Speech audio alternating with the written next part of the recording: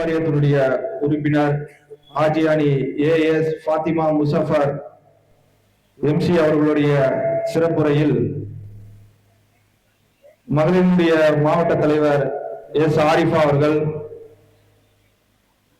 மகளிருடைய மாவட்ட நிர்வாகிகள் முன்னிலை வைக்கின்றனர். மகளிருடைய மாநில செயலாளர் முனைவர் என் ஃபைரோஸ் அவர்கள் மற்றும் பலர் கருத்துக்களை வழங்க இருக்கின்றனர். ஆகவே மகளிருடைய மாவட்ட நிர்வாகிகள் மேடைக்கு வரும்படி அன்புடன் கேட்டுக்கொள்கிறோம்.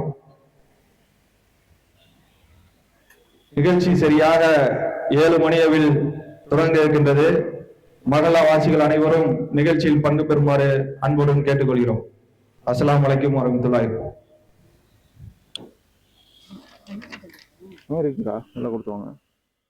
மகளிருடைய மாவட்ட தலைவர் எஸ் ஆரிஃபா அவர்கள் நிகழ்ச்சியை தொகுத்து வழங்குவார்கள்.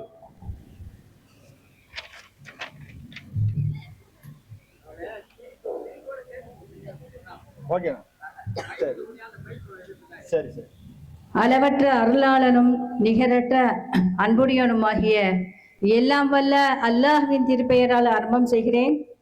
இந்தியன் யூனியன் முஸ்லீம் லீக் மகளிர் அணி சார்பாக இன்று நடைபெறும் மீலாது விழாவிற்கு வருகை புரிந்திருக்கும் தாய்மார்கள், மாணவிகள் மற்றும் மாவட்ட நிர்வாகிகள் அனைவருக்கும் அஸ்ஸலாமு அலைக்கும் வரஹ்மத்துல்லாஹி வபரகாத்துஹு. ஒவ்வொரு வருடமும் மீலாது விழாவிற்கு மகளிர் அணியை ஒரு நாள் கொடுக்கப்படுறது. அல்ஹம்துலில்லாஹ் வருஷம் இதை கொடுத்துட்டு இருக்காங்க. இது மகளிர் அணிக்கு கொடுக்கக்கூடிய ஒரு பெரிய சிறப்பா நினைக்கிறேன். இப்போது நிகழ்ச்சியை இனிதே துவங்குவோம். முதலாவதாக கிராத் ஓதுவதற்கு ஹாரிசா பானு அவர்களை அழைக்கிறேன்.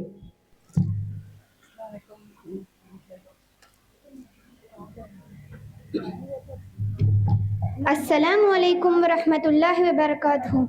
بسم الله الرحمن الرحيم. ألم نجعل الأرض مهادا والجبال أوتادا وخلقناكم أزواجا وجعلنا نومكم سباتا وجعلنا الليل لباسا وجعلنا النهار معاشا وبنينا فوقكم سبعا شدادا وجعلنا سراجا وحاجا وأنزلنا من المعصرات ماء سجاجا صدق الله العلي العظيم. பொருள்: அளவற்ற அருளாளனும் நிகரற்ற அன்புடையவனுமாகிய அல்லாஹ்வின் திருப்பெயரால் ஆரம்பிக்கிறேன். நாம் இப்பூமியை விரிப்பாக ஆக்கவில்லையா? இன்னும் மலைகளை முளைகளாக ஆக்கவில்லையா? இன்னும் உங்களை ஜோடி ஜோடியாக படைத்தோம். மேலும் உங்களுடைய தூக்கத்தை இளைப்பாறுதலாக ஆக்கினோம். அன்றியும் இரவை உங்களுக்கு ஆடையாக ஆக்கினோம். மேலும் பகலை உங்கள் வாழ்க்கை வசதிகளை தேடிக்கொள்ளும் காலமாக்கினோம். உங்களுக்கு மேல் பலமான 7 வானங்களை உண்டாக்கினோம். ஒளி வீசும் விளக்கை சூரியனையும் அங்கு அமைத்தோம். அன்றியும் கார் மேகங்களிலிருந்து பொழியும் மலையை இறக்கினோம். அஸ்ஸலாமு அலைக்கும் வரஹ்மத்துல்லாஹி வபரகாத்.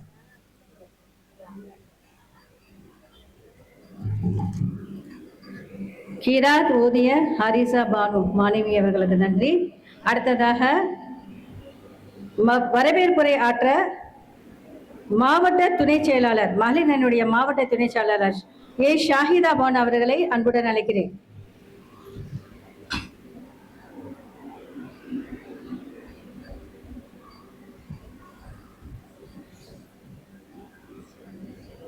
அஸ்ஸலாமு அலைக்கும் வரஹ்மத்துல்லாஹி வபரகாத்துஹு.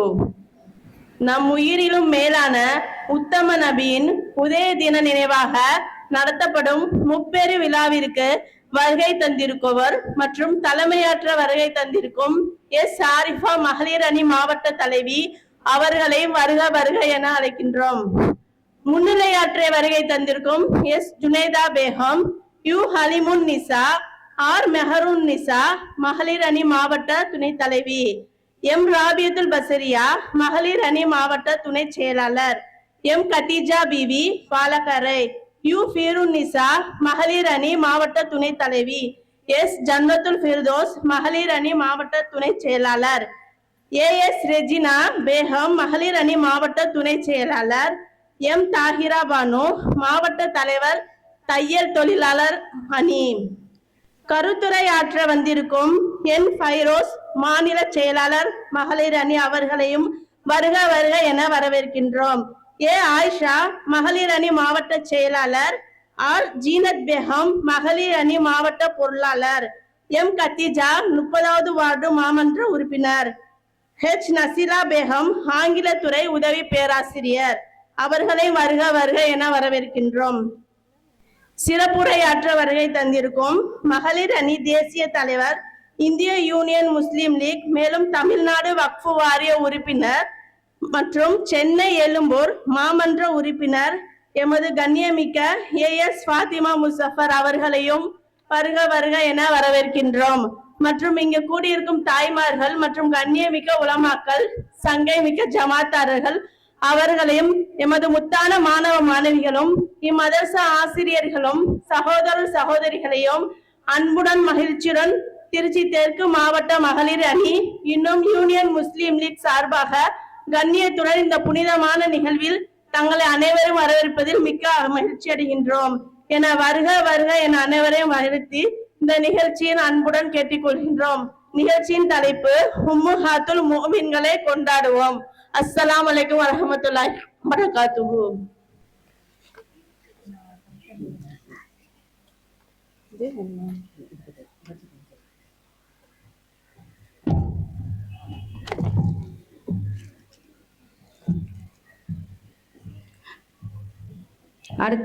வரவேற்புரை வழங்கிய ஷாஹிதா பானு அவர்களுக்கு நன்றி. அடுத்து நம்முடைய நபி ஸல்லல்லாஹு அலைஹி வஸல்லம் அவர்களை பற்றி ஒரு பைத்து சொல்ல போறாங்க. ஐமான் காலேஜுடைய முஃபல்லிஹா படிச்சிருக்காங்க. முஃபல்லிஹாவுடைய ஸ்டூடெண்ட்ஸ்க்கெல்லாம் அவங்க எடுக்கிறாங்க. அவங்களுடைய பைத்து இப்போ கேட்கலாம். நீங்க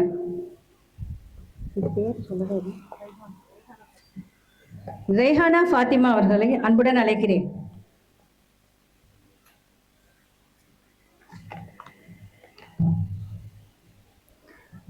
அஸ்ஸலாமு அலைக்கும் வரஹ்மத்துல்லாஹி வபரகாத்துஹு. நம்ம நபி ஸல்லல்லாஹு அலைஹி வஸல்லம் அவர்களை புகழ்ந்து இன்ஷா அல்லாஹ் ஒரு பைத் படிப்போம். வேந்தர் நபிகள் வசிக்கும் வீட்டில் விளக்கே தேவையில்லை, ஏந்தல் நபிகள் இருக்கும் இடத்தில் இருளே வருவதில்லை, இருளே வருவதில்லை. திங்கள் நபிகள் உலவும் திருவில் தென்றல் நடப்பதில்லை, சங்கை நபிகள் அங்கம் முன்னே தங்கம் ஜொலிப்பதில்லை, அண்ணல் நபிகள் அருகில் இருந்தால், அண்ணல் நபிகள் அருகில் இருந்தால் அத்தர் மணப்பதில்லை, கண்ணல் நபியின் கருத்தை சுவைத்தால் கரும்பும் இனிப்பதில்லை, பூமான் நபியின் பொன்மொழி முன்னே புத்தகம் நயப்பதில்லை, கோமான் நபியின் கூட நடந்தால் கூடையும் தேவையில்லை, ஏகன் தூதர் குரலை கேட்டால், ஏகன் தூதர் குரலை கேட்டால் இசையை ரசிப்பதில்லை, நபியிடம் பழகிய குழந்தை தாயிடம் சென்றதில்லை, வல்லல் நபிகள் வழங்கும் நேரம் வான்மழை பெய்வதில்லை, அள்ளி கொடுத்த கரத்தை பார்த்து ஆகாயம் சிவப்பதில்லை. பாசநபியின் வயிற்றை முழுதாய் பாசநபியின் வயிற்றை முழுதாய் உணவே பார்த்ததில்லை. காசிம் நபியின் வீட்டில் இருக்க காசுக்கு தகுதியில்லை. பட்டு பஞ்சு மெத்தை நபியை தொட்டும் பார்த்ததில்லை. ஒட்டு சட்டை அடைந்த நெருக்கம் ஒன்றும் பெறவில்லை. மன்னர் நபிகள் வசிக்கும் பேரை மன்னர் நபிகள் வசிக்கும் பேரை மாளிகை பெறவில்லை. தன்னோடிருக்க ஏழ்மையை தவிர வசதியை விடவில்லை. பெருமான் நபிகள் எழுதும் பேரு பேனா பெறவில்லை. உம்மி நபிகள் படிக்கும் பாக்கியம் நூற்கள் பெறவில்லை. அரபு மொழிக்கு கிடைத்த பெருமை அரபு மொழிக்கு கிடைத்த பெருமை அயல் மொழி எதற்கும் இல்லை. 63 அடைந்த மகிமை அடுத்த என் எதற்கும் இல்லை. அழகு என்று அவர்களுக்கு பின் யாரையும் சொல்வதில்லை. அழகு என்ற சொல்தான் உண்டு, அழகு எங்கும் இல்லை. முஹம்மது நபிகள் முகமலர் போன்று முகமது நபிகள் முகமலர் போன்று முன்னும் பின்னும் இல்லை. அவர்களைப் போல அவர்களை தவிர அகிலத்தில் யாரும் இல்லை. வேந்தர் நபிகள் வசிக்கும் வீட்டில் விளக்கே தேவையில்லை. ஏந்தல் நபிகள் இருக்கும் இடத்தில் இருளே வருவதில்லை. இருளே வருவதில்லை. அஸ்ஸலாமு அலைக்கும் வரஹ்மத்துல்லாஹி வபரகாத்துஹு.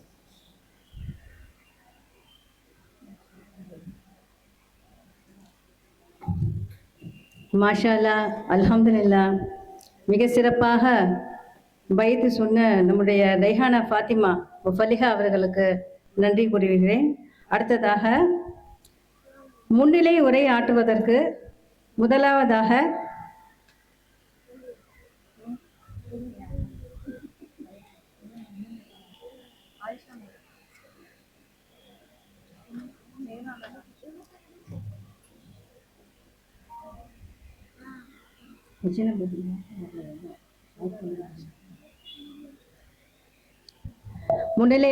முன்னிலை உரையாற்றுவதற்கு முதலாவதாக நம்முடைய இந்தியன் யூனியன் முஸ்லீம் லீக் உடைய மகளிர் அணி மாவட்ட செயலாளர் ஆயிஷா அவர்களை அன்புடன் அழைக்கிறேன்.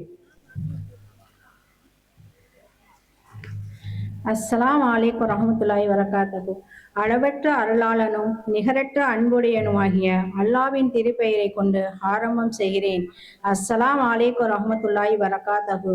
இந்த மிலாதி விழாவுக்கு வருகை தந்துள்ள அனைத்து தாய்மார்களையும் மாநில நிர்வாகிகளையும் மாவட்ட நிர்வாகிகளையும் அனைவரும் மகளிர் அணி சார்பாக சலாத்தை தெரிவித்துக் கொள்கிறேன். உத்தம நபி உதய தின நினைவாக அனைவரும் இங்கு வந்துள்ளோம். இன்று நாம் இங்கே ஒன்று கூடியிருப்பது உயிரினும் மேலான நபி நாயகம் முகமது ஸல்லல்லாஹு அவர்களின் வாழ்க்கை அவர்களின் அழகிய பண்புகளையும் நினைவு கூறுவதற்காக.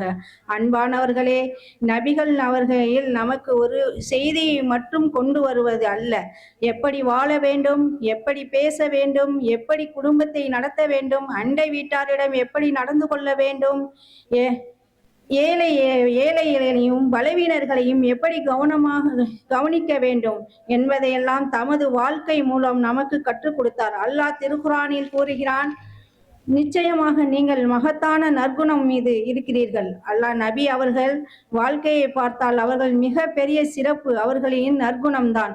அவர்கள் மீது கல்லெறிந்தார்கள், மண்ணெறிந்தார்கள், தீங்கு செய்தவர்களிடமும் நன்மையுடன் நடந்து கொண்டார்கள். ஏழைகளையும் அனாதைகளையும் அன்போடு அரவணைத்தார்கள். குழந்தைகளிடம் அன்பாகவும் பெண்களிடம் கண்ணியமாகவும் அண்டை வீட்டாரிடம் நல்ல முறையில் நடந்து கொண்டார்கள். அதனால் தான் அல்லாஹ் கூறுகிறான், அல்லாவின் தூதரின் உங்களுக்கு அழகிய முன்மாதிரி இருக்கிறது. குர்ஆனின் சகோதரர்களே, நபிகள் அவர்களின் நேசிப்பதாக நாம் சொல்வது மிகவும் எளிது. ஆனால் அன்பு நம்முடைய வாழ்க்கையில் தெரிய வேண்டும். நபியை நேசிக்கிறோம் என்றால் நமது தொழுகை மாற வேண்டும், நமது பேச்சு மாற வேண்டும், நமது கோபம் மாற வேண்டும், நம் குடும்ப வாழ்க்கை மாற வேண்டும், அண்டை வீட்டாரிடம் உறவுகள் மாற வேண்டும், சமூகத்தின் மீது நமது பொறுப்பு அதிகரிக்க வேண்டும். எனவே நபி அவர்களை நேசிப்போம், அவர்களின் சுன்னத்தை அறிந்து கொள்வோம், அவர்களின் நற்குணங்களை நமது வாழ்க்கையில் கொண்டு வருவோம். இன்றைய இந்த நிகழ்ச்சியில் இருந்து நம் உறுதியை எடுத்துக்கொள்வோம். நபியை பற்றி பேசுவதோடு நிறுத்தி கொள்ளாமல் அவர்களின் வழியில் வாழ்வோம். நமது வீடுகளில் அன்பு இருக்கட்டும், நமது உள்ளங்கள் இரக்கம் இருக்கட்டும், நமது நாவல்கள் நல்ல வார்த்தைகள் இருக்கட்டும், நமது சமூகத்தின் ஒற்றுமை இருக்கட்டும். அல்லாஹ் அனைவருக்கும் நபி நாயகம் அவர்களின் மீது உண்மையான அன்பையும் அவர்கள் அழகிய வழிமுறையும் பின்பற்றும் பாக்கியத்தை வழங்குவானாயாக. ஆமீன். அஸ்ஸலாமு அலைக்கும் வரஹ்மத்துல்லாஹி.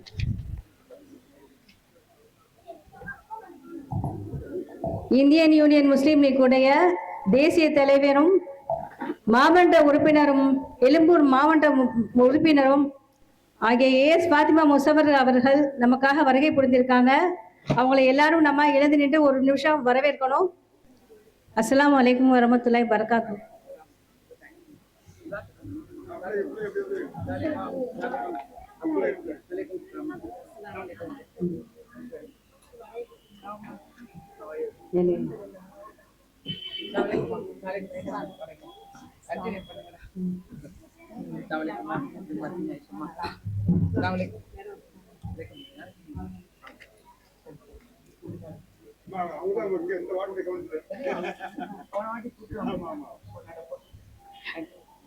அடுத்ததாக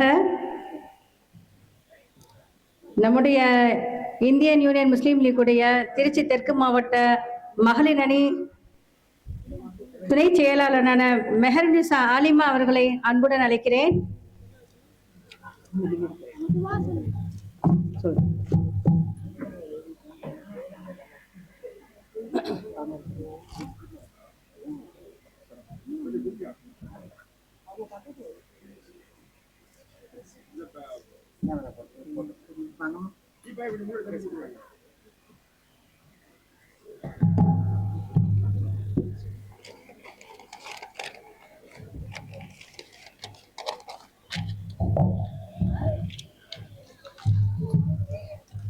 அவுது பில்லாஹி மினஷ் ஷைத்தானிர் ரஜீம். பிஸ்மில்லாஹிர் ரஹ்மானிர் ரஹீம். வலவுலா ஃபலுலுல்லாஹி அலைக்கும் வ ரஹ்மத்துஹும் வ அன்னல்லாஹ ரவுஃபுர் ரஹீம். ஸதகல்லாஹுல் அலீல் அலீம். அல்லாஹும்ம ஸல்லி அலா சய்யிதினா நபீனா மௌலானா முஹம்மதி வ பாரிக் வ ஸல்லிம் அலைஹி. அல்ஹம்துலில்லாஹ். அல்லாஹ்வுடைய சாந்தியும் சமாதானமும் எம்பெருமானா ஸல்லல்லாஹு அலைஹி வஸல்லம் அவர்களின் மீதும் அவர்கள் அடிச்சுவற்றை பின்பற்றி வந்த சஹாபா பெருமக்கள் மீதும் தாபீன்கள் தபா தாபீன்கள் நல்லடியார்கள் குறிப்பாக இங்கு வந்திருக்கக்கூடிய நம் அனைவர்களின் மீதும் இங்கு வராமல் இருக்கக்கூடிய அனைவர்கள் மீதும் உண்டாவதாக. ஆமீன் ஆமீன் யா ரப்பல் ஆலமீன். இன்றைய தலைப்பு உம்மஹாத்துல் முஹ்மினீன். உம்மஹாத்துல் முஹ்மினீன் என்பது கண்மணி நாயகம் ஸல்லல்லாஹு அலைஹி வஸல்லம் அவர்களின் துணைவியார்கள், நமக்கெல்லாம் தாய்மார்கள். 11 மனைவிமார்கள் நபிக்கு. அந்த 11 நபிமார்களுடைய பெயரையும் அவர்களுடைய சிறப்பையும் சுருக்கமாக சொல்ல விரும்புகிறேன். முதலாவதாக கதீஜா ரலியல்லாஹு அன்ஹா அவர்கள் தியாக செம்மல். எப்படிப்பட்டவர்கள் என்றால் தங்களுடைய சொத்துக்களை எல்லாம் தன்னுடைய கோடான கோடி சொத்துக்களை எல்லாம் கண்மணி நாயகம் ஸல்லல்லாஹு அலைஹி வஸல்லம் தன் கணவனார் சொன்ன ஒரே காரணத்திற்காக, இந்த இஸ்லாமிய மார்க்கத்திற்காக தங்களுடைய செல்வங்களை எல்லாம் தியாகம் செய்தார்கள். இவர்களுடைய சிறப்பு குணம் என்ன? அவர்களுடைய ஔராத்தை மறைப்பதில் ரொம்ப கவனமாக இருந்தார்கள். ஒருமுறை கண்மணி நாயகம் ஸல்லல்லாஹு அலைஹி வஸல்லம் அவர்கள் கதீஜா நாயகிடம் சொன்னாங்க, கதீஜா ரலியல்லாஹு அன்ஹா, உங்களிடத்தில் ஜிப்ரீல் அலைஹிஸ்ஸலாம் அவங்க சலாம் சொல்வதற்காக வந்து கொண்டிருக்கிறார்கள் அப்படின்னு சொல்லும்போது, அவங்க எப்பவுமே தலைய துணியை மறைத்து கொண்டேதான் இருப்பாங்களாம். தலை துணியை சீலையை நவருவதிலே ரொம்ப கவனமா இருப்பாங்களாம். அப்ப கண்மணி நாயகம் ஸல்லல்லாஹு அலைஹி வஸல்லம் அவங்க சொல்றாங்க, கதீஜா நாயகி, என் கண்களுக்கு தெரியலையே, ஜிப்ரீல் அலைஹிஸ்ஸலாம் அவங்க என் கண்களுக்கு தெரியல அப்படின்னு சொல்லும்போது, அப்படியா, என் கண்களுக்கு தெரியுறாங்க, நீங்க அப்ப இடங்களை மாறி மாறி உட்கார்ந்து காட்டுறாங்க. அப்ப கதீஜா நாயகி மடியில ரசூல்லா உட்கார்ந்து காக்கும்போது, இப்பயும் இருக்காங்களா? இல்ல, இருக்காங்க. அப்ப தங்களுடைய தலை துணை லைட்டா நவர்த்துனாங்களாம். இப்ப தலை தெறிக்க ஓடிட்டாங்க மலக்கு ஜிப்ரீல் அலைஹிஸ்ஸலாம் போயிட்டாங்க அப்படின்னு சொன்னாங்களாம். அந்த அளவுக்கு மலக்கு நம்மளோட வீட்டுக்கு வரும்போது நம்ம ஒரு விஷயத்த நம்ம இதை பின்பற்றிக்கணும். அவங்க மூலியமாக தலை துணை மறைப்பதிலிருந்து நம்ம ரொம்ப கவனமாக இருக்கணும் இன்ஷா அல்லாஹ். இரண்டாவதாக சௌதார் ரலியல்லாஹு அவங்க விட்டு கொடுக்கும் மனப்பக்குவம் உள்ளவர்கள்.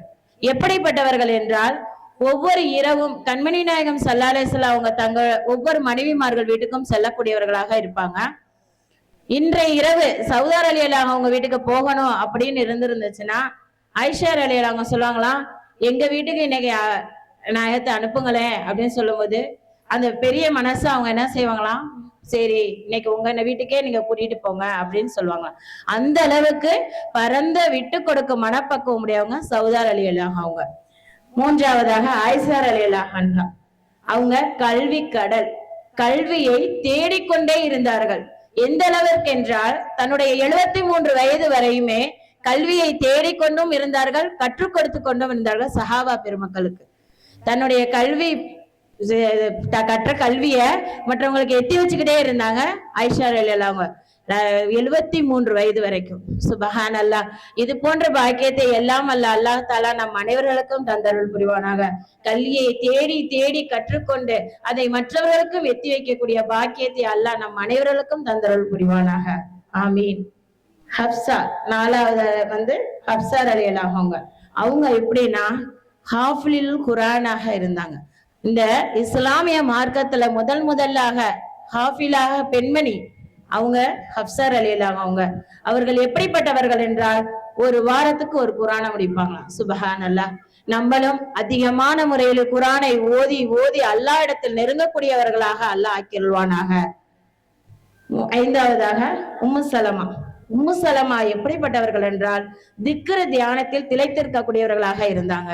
எப்பவுமே திக்ரிலே தஸ்பீஹாத்துகளை அதிகமாக அறிவித்தவர்கள் உம்மு சலமா ரலியல்லாஹு அவங்க. அவங்க கண்மணி நாயகம் ஸல்லல்லாஹு அலைஹி வஸல்லம் அவங்க சொன்னாங்களாம், அசர் தொழுகைக்கு பாப்பாங்களாம், அப்பயும் திக்ரு ஓதிட்டு இருப்பாங்க.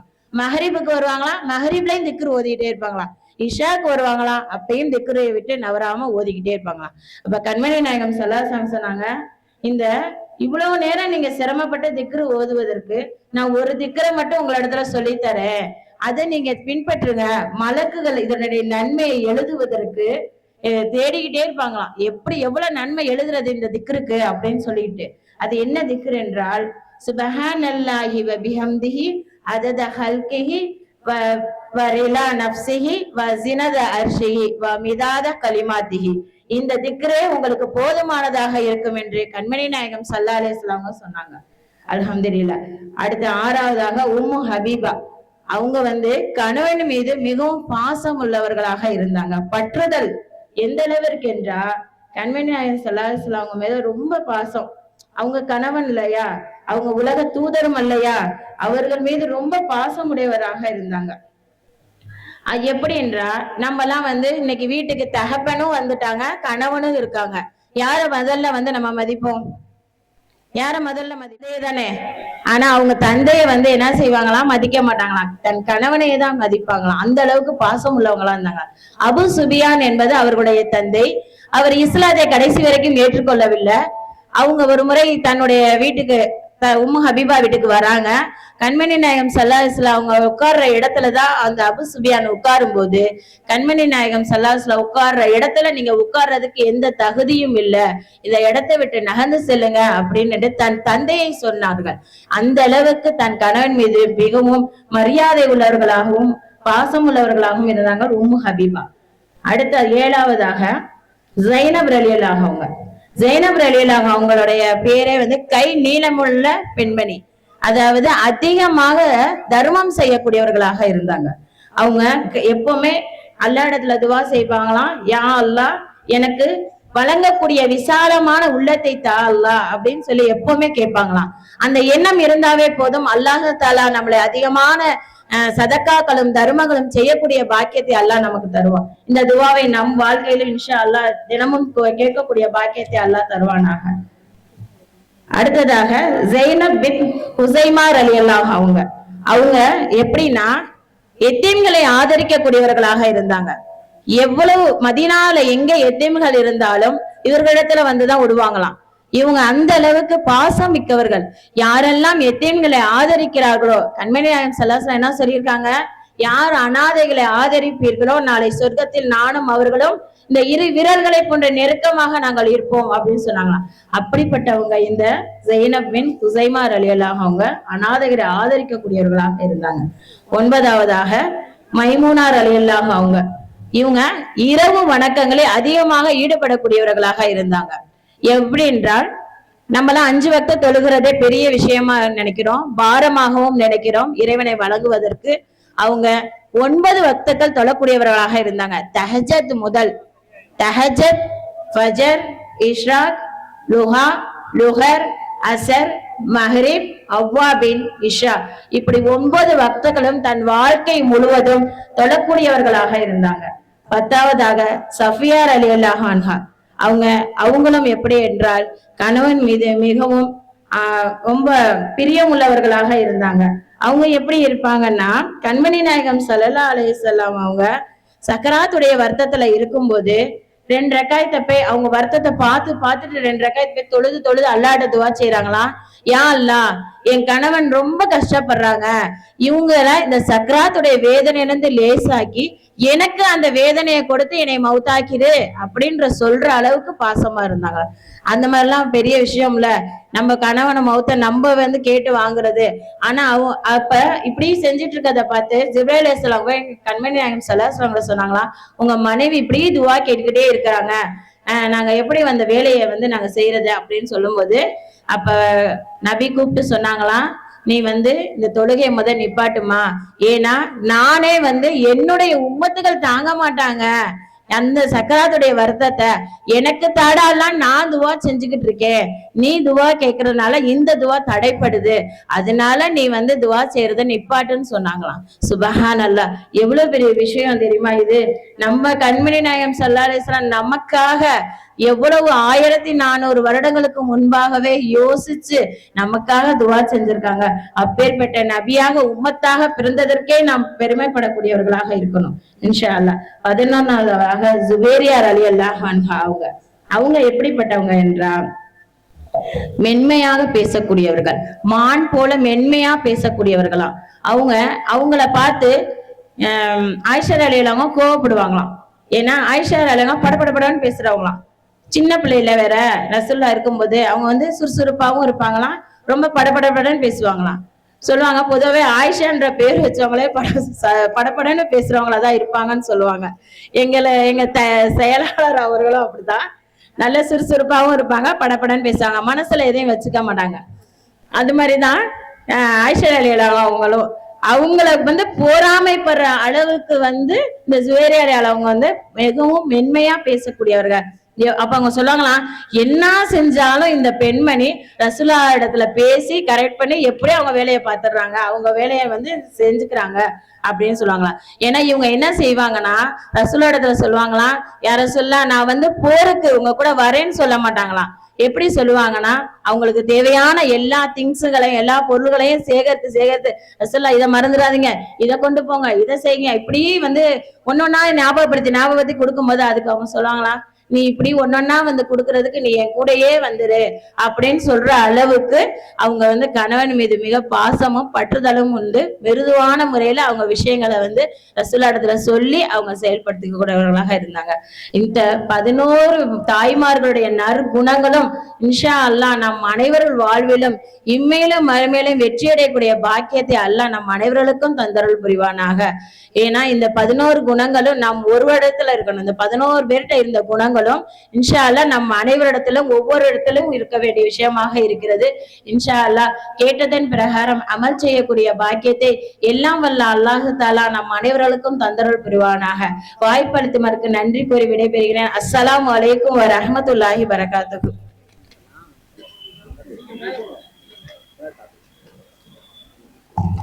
மாஷா அல்லாஹ், நபி அவர்களுடைய 11 மனைவிமார்களுடைய அத்தனை அழகான குணங்களையும் மிக சிறப்பாக விளக்கமளித்த எங்களுடைய மாவட்ட நிர்வாகி மெஹரனிசா ஆலிமா அவர்களுக்கு நன்றி தெரிவித்துக் கொள்கிறேன்.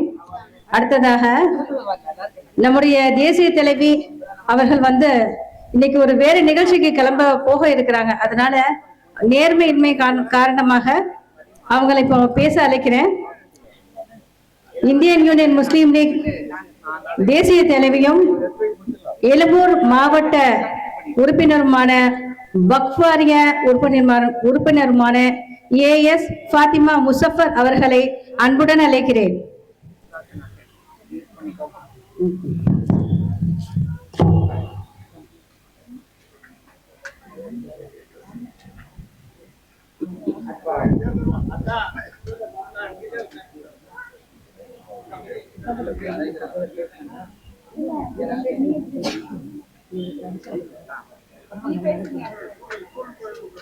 Alhamdulillah, Alhamdulillahi Rabbil Alameen, wassalatu wassalam ala Rasulillah wa ala alihi wa ashabihi ajma'in, amma ba'd. A'udhu billahi minash shaitanir rajim. Bismillahirrahmanirrahim. Rabbi shrah li sadri.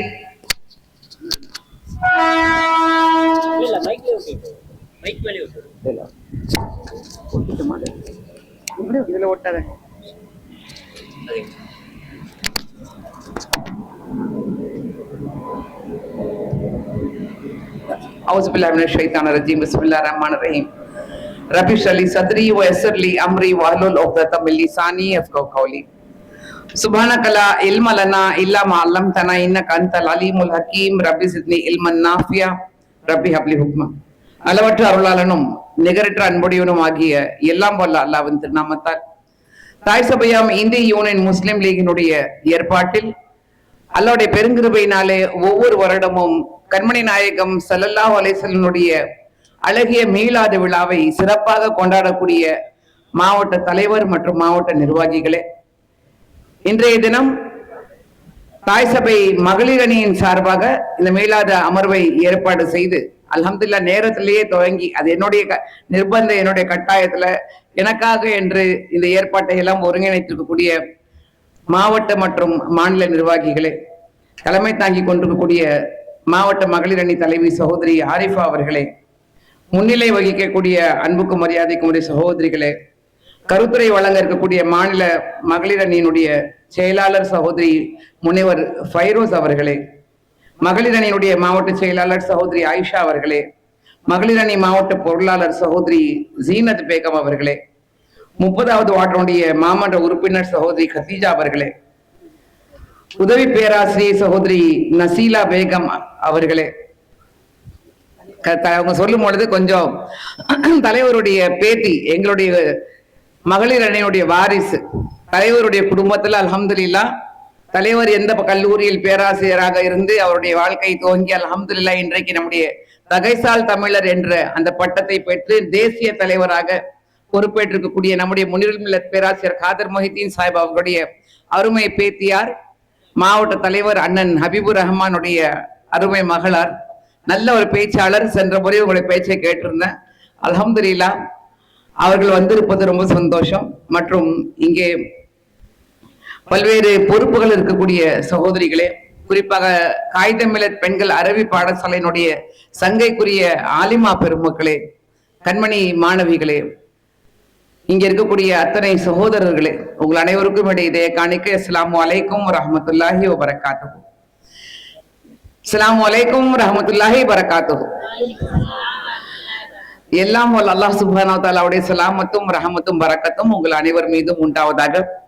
கண்மணி நாயகம் ஸல்லல்லாஹு அலைஹி வஸல்லம் மீலாத விழாவில் கண்மணி நாயகத்தின் மீது ஸலாத்தையும் ஸலவாத்தையும் சொல்லி ஆரம்பிப்போம். ஏன்னா அல்லாஹ் சுப்ஹானஹு வ தஆலா திருமறை திருக்குர்ஆனில் சொல்கின்றான், இன்னல்லாஹ வ மலாயிகத்துஹு ஸல்லூன அலன் நபி அய்யுஹல்லஸீன ஆமனு ஸல்லு அலைஹி வ ஸல்லிமு தஸ்லீமா. அல்லாஹும்ம ஸல்லி அலா சய்யிதினா முஹம்மது வ ஆலி சய்யிதினா முஹம்மதின் வ பாரிக் வஸல்லம். அஸ்ஸலாமு அலைக்கும் யா ரசூல் அல்லாஹ், அஸ்ஸலாமு அலைக்கும் யா ஹபீப் அல்லாஹ், அஸ்ஸலாமு அலைக்கும் யா ரஹ்மத்துல் ஆலமீன். அல்லாஹ்வுடைய பெருங்கிருபையினால அல்ஹம்துலில்லாஹ் இந்த வாய்ப்பை மகளிருக்காக சிறப்பாக, அதுவும் 2வது நாள் நேற்று தான் மீலாதுனுடைய கொண்டாட்டங்கள் ஆரம்பிச்சிருக்கு. அப்ப ஹுமாயூன் அண்ணன் வரும்போது சொல்லிட்டு இருந்தாங்க, தம்பி அன்சர் அவர்கள் வரவேற்று கூட்டிட்டு வந்தாங்க. மாணவிகள்லாம் சிறப்பாக நம்முடைய பச்சிலம் பிறை கொடியை அவர்கள் கையில் ஏந்தி அந்த பச்சை முக்காடுகளை போட்டுக்கொண்டு மாஷா அல்லா வரவேற்று வரும்பொழுது சொல்லிட்டு இருந்தாங்க, எப்பவுமே அல்லாஹ்வின் மீது அல்லாஹ்வுடைய டாபிக் முதல்ல, அது பிறகு கண்மணி நாயகத்துடைய ஸல்லல்லாஹு அவங்க தலைப்பு, அது பிறகு கலீஃபாக்களுடைய தலைப்பு, அப்புறம் தான் மகளிரை கொண்டு வருவோம். ஆனா இன்னைக்கு மகளிரை முன்னாடி கொண்டு வந்துட்டோம் அப்படின்னாங்க. இதுக்கே நம்ம மாவட்ட நிர்வாகிகளுக்கு மனமார்ந்த நன்றியை நான் தெரிவிச்சுக்கிறேன். என்னைக்குமே அல்ஹம்துலில்லாஹ் திருச்சியில இங்கே பேசும் பொழுதும் அல்லது இங்க நிகழ்ச்சிகள் கலந்து கொள்ளும் பொழுதும் ஒரு மன திருப்தி. என்னன்னா எல்லா விஷயத்திலயும் மாஷா அல்லாஹ் நம்முடைய மகளிர் அணி சிறப்பாக செயல்பட்டுக்கிட்டு இருக்காங்க. அதற்கு மாவட்ட நிர்வாகம் மிக அழகாக வழிவகுத்து கொடுத்துக்கிட்டு இருக்காங்க. இப்ப சொல்லும் பொழுது நம்ம அரபி பாடசாலையை பார்க்கக்கூடிய பக்கத்து பில்டிங்கை பாக்குறேன். நம்முடைய மாநில பொறுப்புல இருக்கக்கூடிய மகளிர் அணியினுடைய மாவட்ட தலைவி ஆரிஃபம்மா சொன்னாங்க, அடுத்த வாட்டி வரும்போது இங்க பில்டிங்கா இருக்கும் அப்படின்னாங்க. அல்லாஹ்விடம் துவா செய்வோம். அதுக்கு மனமார்ந்த பாராட்டினையும் நன்றியையும் மாவட்ட பொறுப்பாளர்கள், குறிப்பாக அண்ணன் ஹபீபரன் அவர்களுக்கும் அத்தனை நிர்வாகிகளுக்கும் தெரிவித்துக் கொள்றேன். ஒரு பெரிய ஒரு மைல்கல் இந்திய முஸ்லிம் லீகினுடைய இங்கே திருச்சி மாவட்டத்துல மாஷா அல்லாஹ் இந்த இடத்தை வாங்கி அதனோடு நம்முடைய அரபி பாடசாலையோடு இணைத்து நம்ம கட்ட இருக்கிறோம். அல்லாஹ் அதுக்கு பரக்கத்தை செய்வானாங்க. எல்லாரும் கையேந்தி மனம் திறந்து அல்லாஹ்விடம் துவா செய்வோம். அல்லாஹ் அதற்கு வழிவகுத்து அல்லாஹ் பரக்கத்தை கொடுத்து இங்க வரக்கூடிய நம்முடைய திருச்சி மாவட்டத்துடைய தாய் சபையினுடைய இந்த அலுவலகம், இந்த இடம் பயனுள்ள இடமாக, சமுதாயத்திற்கு வழிவகுக்கக்கூடிய இடமாக, ஆண்களுக்கும் பெண்களுக்கும் குறிப்பாக இளைஞர்களுக்கெல்லாம் வழிவகுக்கக்கூடிய நல்ல பாதையை, சீரான பாதையை காட்டக்கூடிய ஒரு இடமாக அல்லாஹ் இதை ஆக்கி அருள்வானாங்க. மற்ற மாவட்டங்களுக்கு இல்ல, இந்தியாவிலேயே ஒரு முன்னோடியாக ஒரு மாவட்ட நிர்வாக அலுவலகம் எப்படி இருக்க வேண்டும் என்று இந்த இடத்தை அல்லாஹ் சுப்ஹானஹு வ தஆலா ஆக்கி அருள்வானாக என்று துவா செய்து கொள்வோம். அன்புள்ள சகோதரிகளே, ஆலிமா அவர்கள் பேசும்பொழுது மிக அழகாக உம்மஹாத்துல் மோமினினுடைய 11 பேர் அவர்களுடைய ஒரு விஷயத்தை தான் எடுத்து வச்சாங்க. அப்ப ஒருத்தரை பத்தி பேசினா நிறைய பேசிக்கிட்டே போலாம்.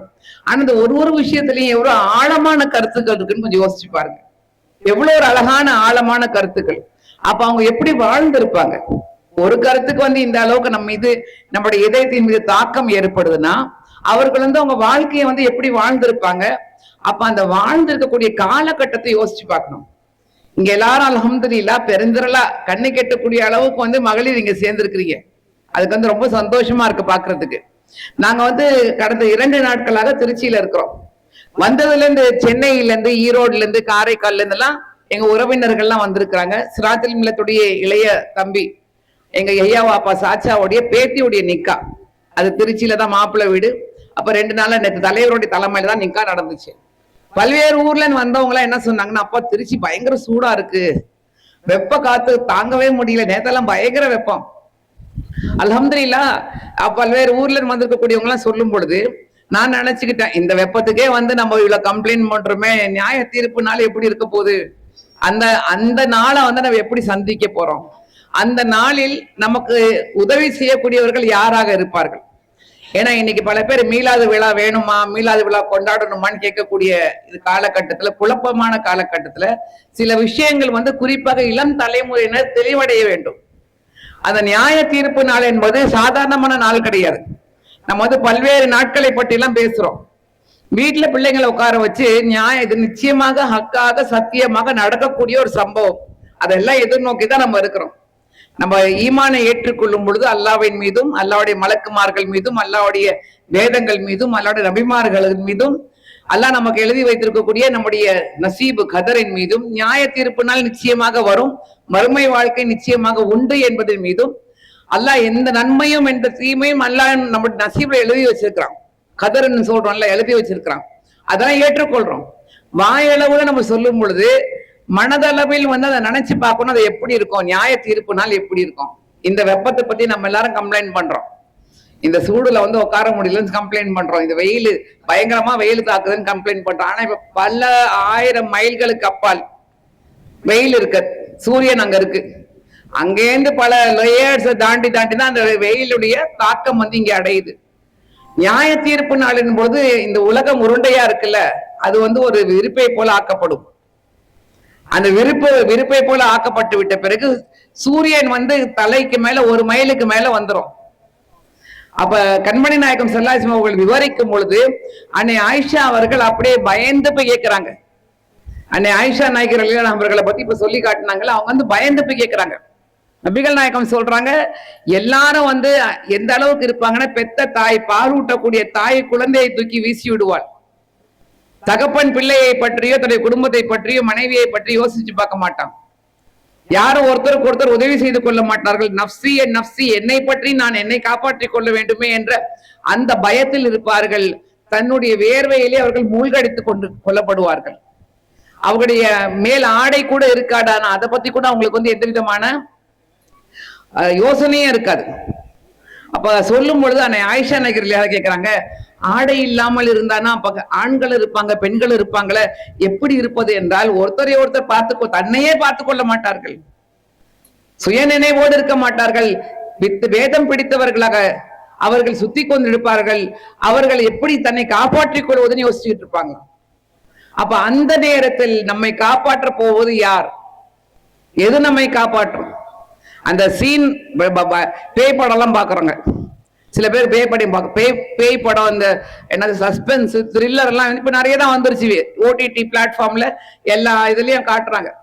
காமெடி படம், இந்த படம், அந்த படம். இது படம் கிடையாது, உண்மையா நடக்கக்கூடிய ஒரு சம்பவம்.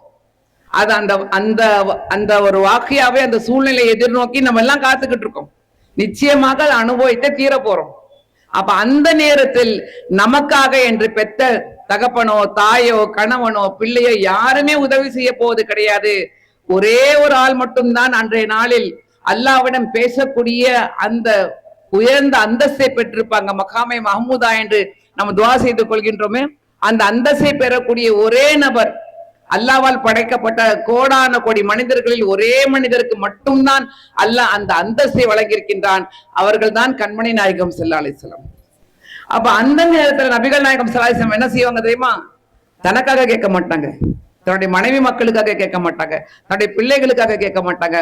உங்களுக்கும் எனக்குமாக, யா அல்லாஹ் என்னுடைய உம்மத்தை நீ ஏற்றுக்கொள்வாயாக, யா அல்லாஹ் என்னுடைய உம்மத்தை நீ மன்னிப்பாயாக என்று அந்த நேரத்திலும் கூட உங்களுக்கும் எனக்குமாக துவா செய்யக்கூடிய ஒரே நபர், சஜ்தாவில் அல்லாஹ்விடம் விழுந்து எங்களுக்காக என்று மன்றாடக்கூடிய ஒரே நபி கண்மணி நாயகம் ஸல்லல்லாஹு அலைஹி வஸல்லம்.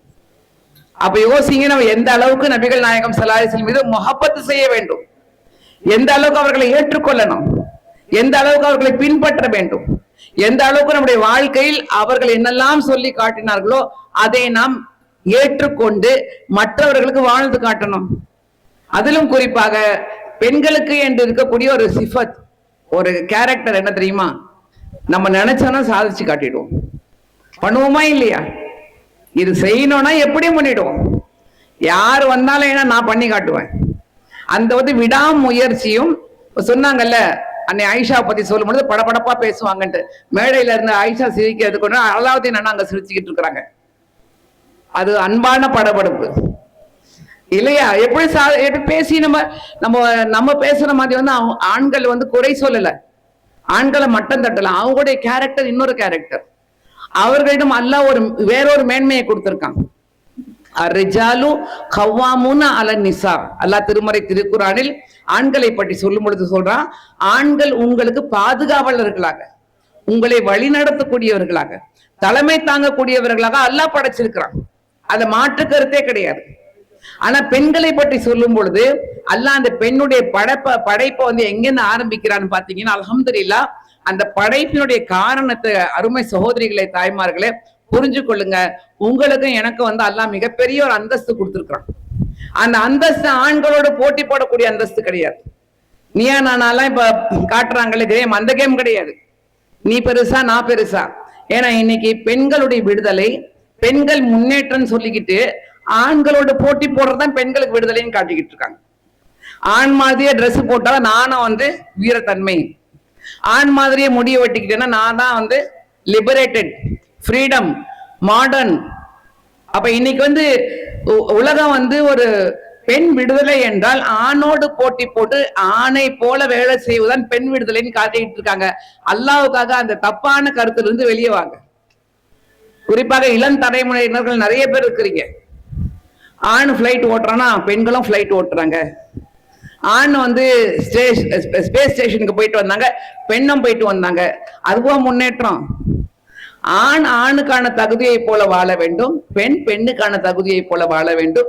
அந்த பெண்ணுடைய தகுதி, ஒரு பெண்ணுடைய படைப்பை வந்து அல்லாஹ் மிக அழகாக விவரிக்கிறான். எப்படி விவரிக்கிறான்னா, ஆதம் அலைஹிஸ்ஸலாத்துக்கு ஹவ்வா அலைஹிஸ்ஸலாமை வந்து துணையாக படைத்து விட்ட பிறகு அல்லாஹ் சொல்றான், உங்களிலிருந்தே உங்களுக்கு ஒரு துணையை படைச்சிருக்கிறேன். குறிப்பாக தாய்மார்கள் உங்களுடைய ஆண் பிள்ளைகளுக்கு இதை சொல்லி கொடுத்து வளங்க. நீங்களும் புரிஞ்சுக்கோங்க. உன்னுடைய துணை இருக்குல்ல, உன்னுடைய வாழ்க்கை துணை, உன்னுடைய மனைவி, அவ உனக்கு வந்து எதிரி கிடையாது. உன்னை அடக்கி வரல. அவ உன் வேலைக்காரியம் கிடையாது. இப்ப வீட்டை வந்து பாக்குற வேலைக்காரி இல்லை. அவன் வந்து உங்களுடைய சமைக்கக்கூடிய சமையல்காரி கிடையாது. உன்னை பாத்துக்கிறதுக்காக உன் பொண்டாட்டி வந்தா உன்னை பாத்துக்குவான்னு சொல்றது நிறுத்துங்க. நீ அடக்கி போவடா, உன் பொண்டாட்டி வந்தா உன்னை அடக்குவான்னு சொல்றது நிறுத்துங்க. அல்லாஹ் வந்து அடக்கி வைக்கிறதுக்காக மனைவியை படைக்கல.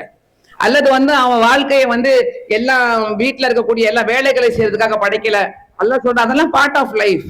ஆனா காரணம் என்னன்னு சொல்றான்னா, ஒரு மனைவியை படைக்கக்கூடிய காரணம் அல்லாஹ் சொல்லி காட்டுகின்றான், லி தஸ்குனு இலைஹா, நீங்கள் சக்கீனத் பெறுவதற்காக.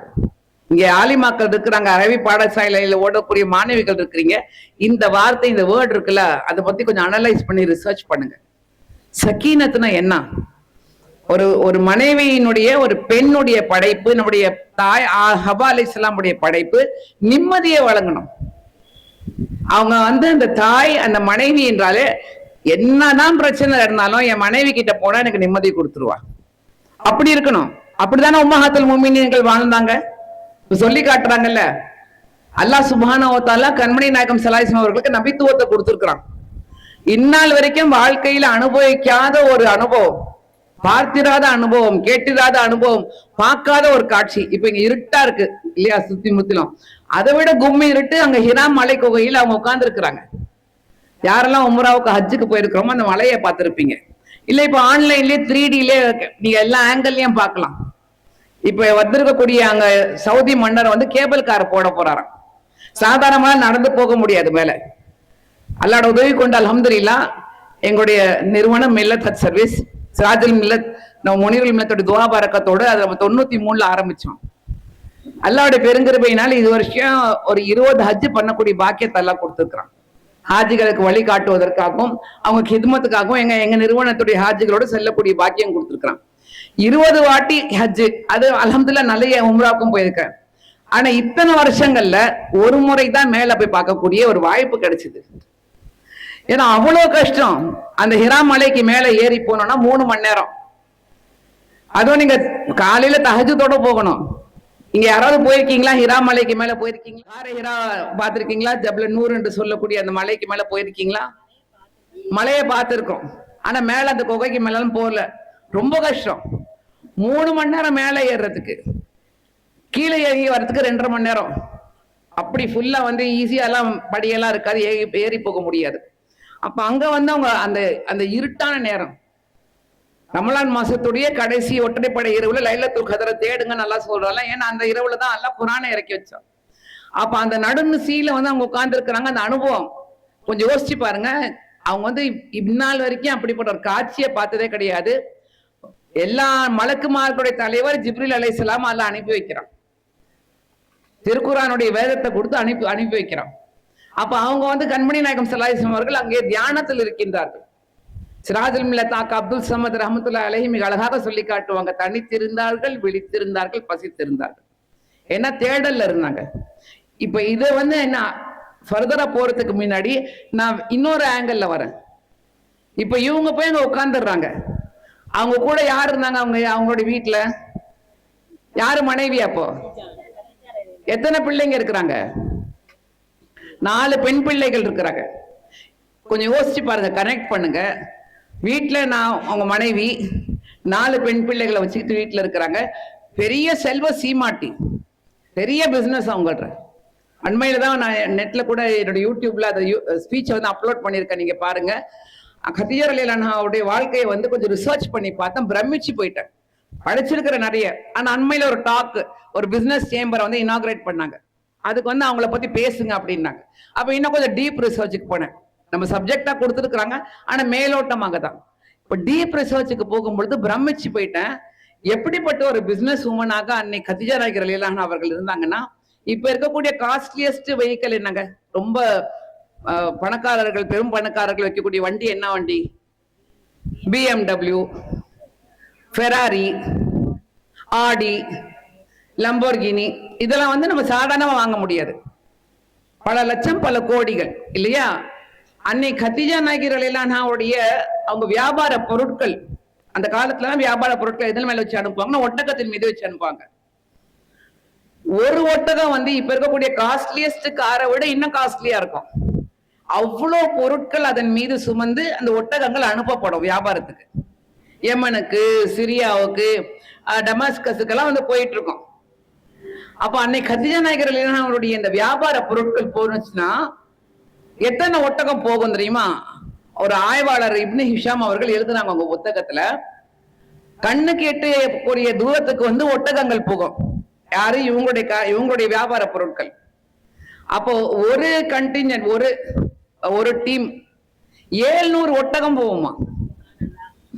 இங்க ஒரு லம்பார்கினி, ஒரு ஆடி, ஒரு BMW பேசுறோம்னா ஒரு ஒட்டகம் வந்து அதை விட காஸ்ட்லி.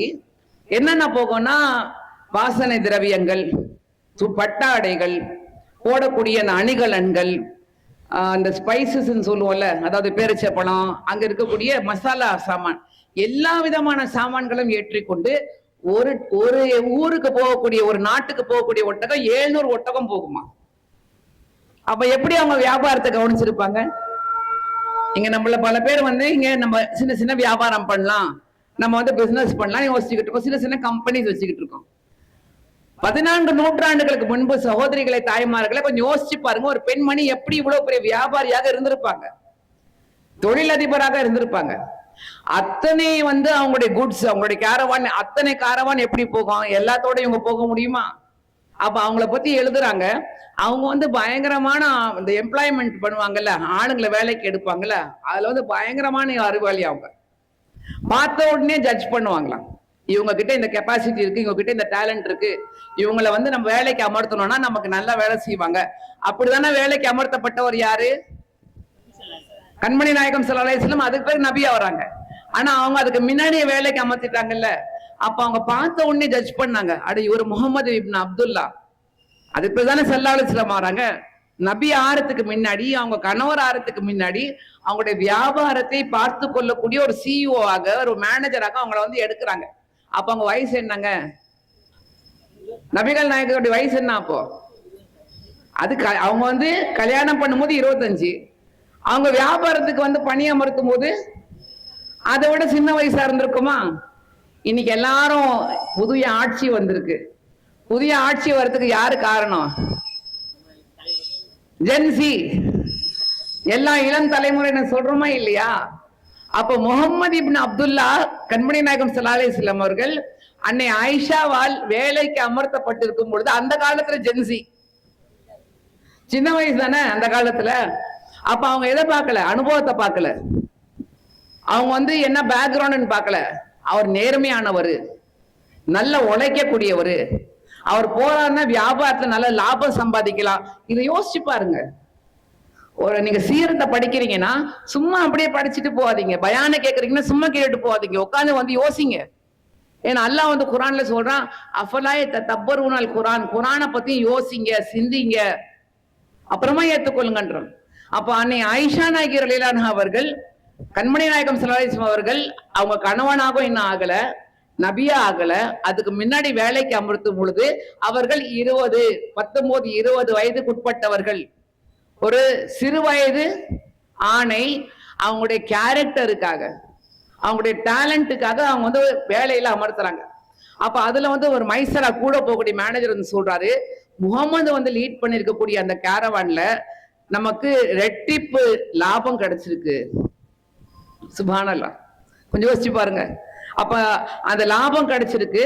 எப்படி கிடைச்சிச்சுன்னா அவர் அந்த அளவுக்கு வந்து நெகோசியேட் பண்றாரு, அந்த அளவுக்கு நேர்மையா கணக்கை வந்து மெயின்டைன் பண்றாரு. அவர் பேசினாருன்னா உடனே வந்து சேல்ஸ் நடந்துருது. இன்னைக்கு சொல்றோம்ல, சேல்ஸ் மேனு, பிஆர், எங்களுடைய வந்து மார்க்கெட்டிங் மேனேஜர் எல்லாம் இன்னைக்கு எல்லாம் பல போஸ்டிங் கொடுக்குறாங்களே, அதெல்லாம் வந்து கண்மணி நாயகம் ஸல்லல்லாஹு அலைஹி வஸல்லம் டாப்ல இருந்தாங்க. அப்ப அதுக்கு பிறகுதான் அவங்க திருமணம் முடிக்கிறாங்க. திருமணம் முடிச்சிட்ட பிறகு அல்ஹம்துலில்லாஹ் செல்வ சீமாட்டி பெரும் வந்து பணக்காரங்க எல்லாம் செல்வத்துல இருக்கக்கூடிய நேரத்துலதான் அல்லாஹ் எங்க என்ன அனுப்புறான்.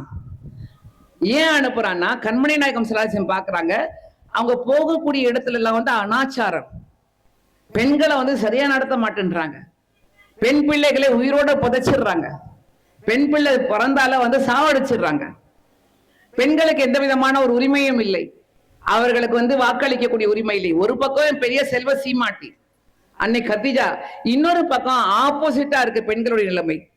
அதே போல வந்து அடிமைகள் அநியாயமா அக்கிரமம் பண்றாங்க அடிமைகளை வச்சுக்கிட்டு. இப்படி இருக்கக்கூடிய நேரத்துலதான் நபிகள் நாயகம் ஸல்லல்லாஹு அலைஹி வஸல்லம் சொல்றாங்க, மனுஷன் வந்து ஏன் படைக்கப்பட்டான், யாரால் படைக்கப்பட்டான், எப்படி வாழணும், யாரை வணங்கணும், இங்க நம்ம எங்க போக போறோம், இந்த கொஸ்டின் உங்களுக்குள்ள இருக்கு. கல்லை போய் வணங்குறான், மண்ணை போய் வணங்குறான், செடியை போய் வணங்குறான், மரத்தை போய் வணங்குறான், அதெல்லாம் வந்து படைக்கப்பட்டவைகள். யாரு படைச்சா இது எல்லாத்தையும்? அப்ப அந்த கொஸ்டின் அந்த ரிசர்ச், அதுக்காக தான் அவங்க போய் எங்க உட்கார்றாங்க, மக்கள் மத்தியில இல்லாம. சொல்றோம்ல இப்போ ட்ரெண்டிங் வேர்டு என்ன, மீ டைம். உங்களுக்குன்னு டைம் எடுத்துக்கணுமா? அதுல பெண்களை போட்டு அப்படியே மனசு அப்படியே பிரெயின் பாய்சன் பண்றாங்க. கணவன் பிள்ளைங்க எல்லாரையும் விட்டுட்டு மீ டைமுக்கு போ, உனக்குன்னு நேரம் வச்சுக்கணுமா? வைங்க, தப்பு கிடையாது. ஆனா எப்படி வைக்கணும், ஏன் வைக்கணும், எதுக்காக வைக்கணும்னு கேளுங்க. சடனா சொல்றாங்க, நான் இன்னைக்கு எதுவும் சமைக்க மாட்டேன், இன்னைக்கு எனக்கு மீ டைம். ஏதாவது சீரியல் சினிமாலாம் பார்த்து கத்துக்கிறோமே.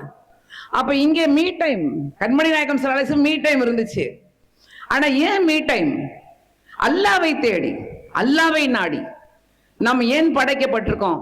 தௌஹீத், அல்லாஹ் தான் படைச்சிருக்கிறான். அப்ப அல்லாவை தேடி எப்படி வாழ வேண்டும், இங்க ரிசாலத் வருது.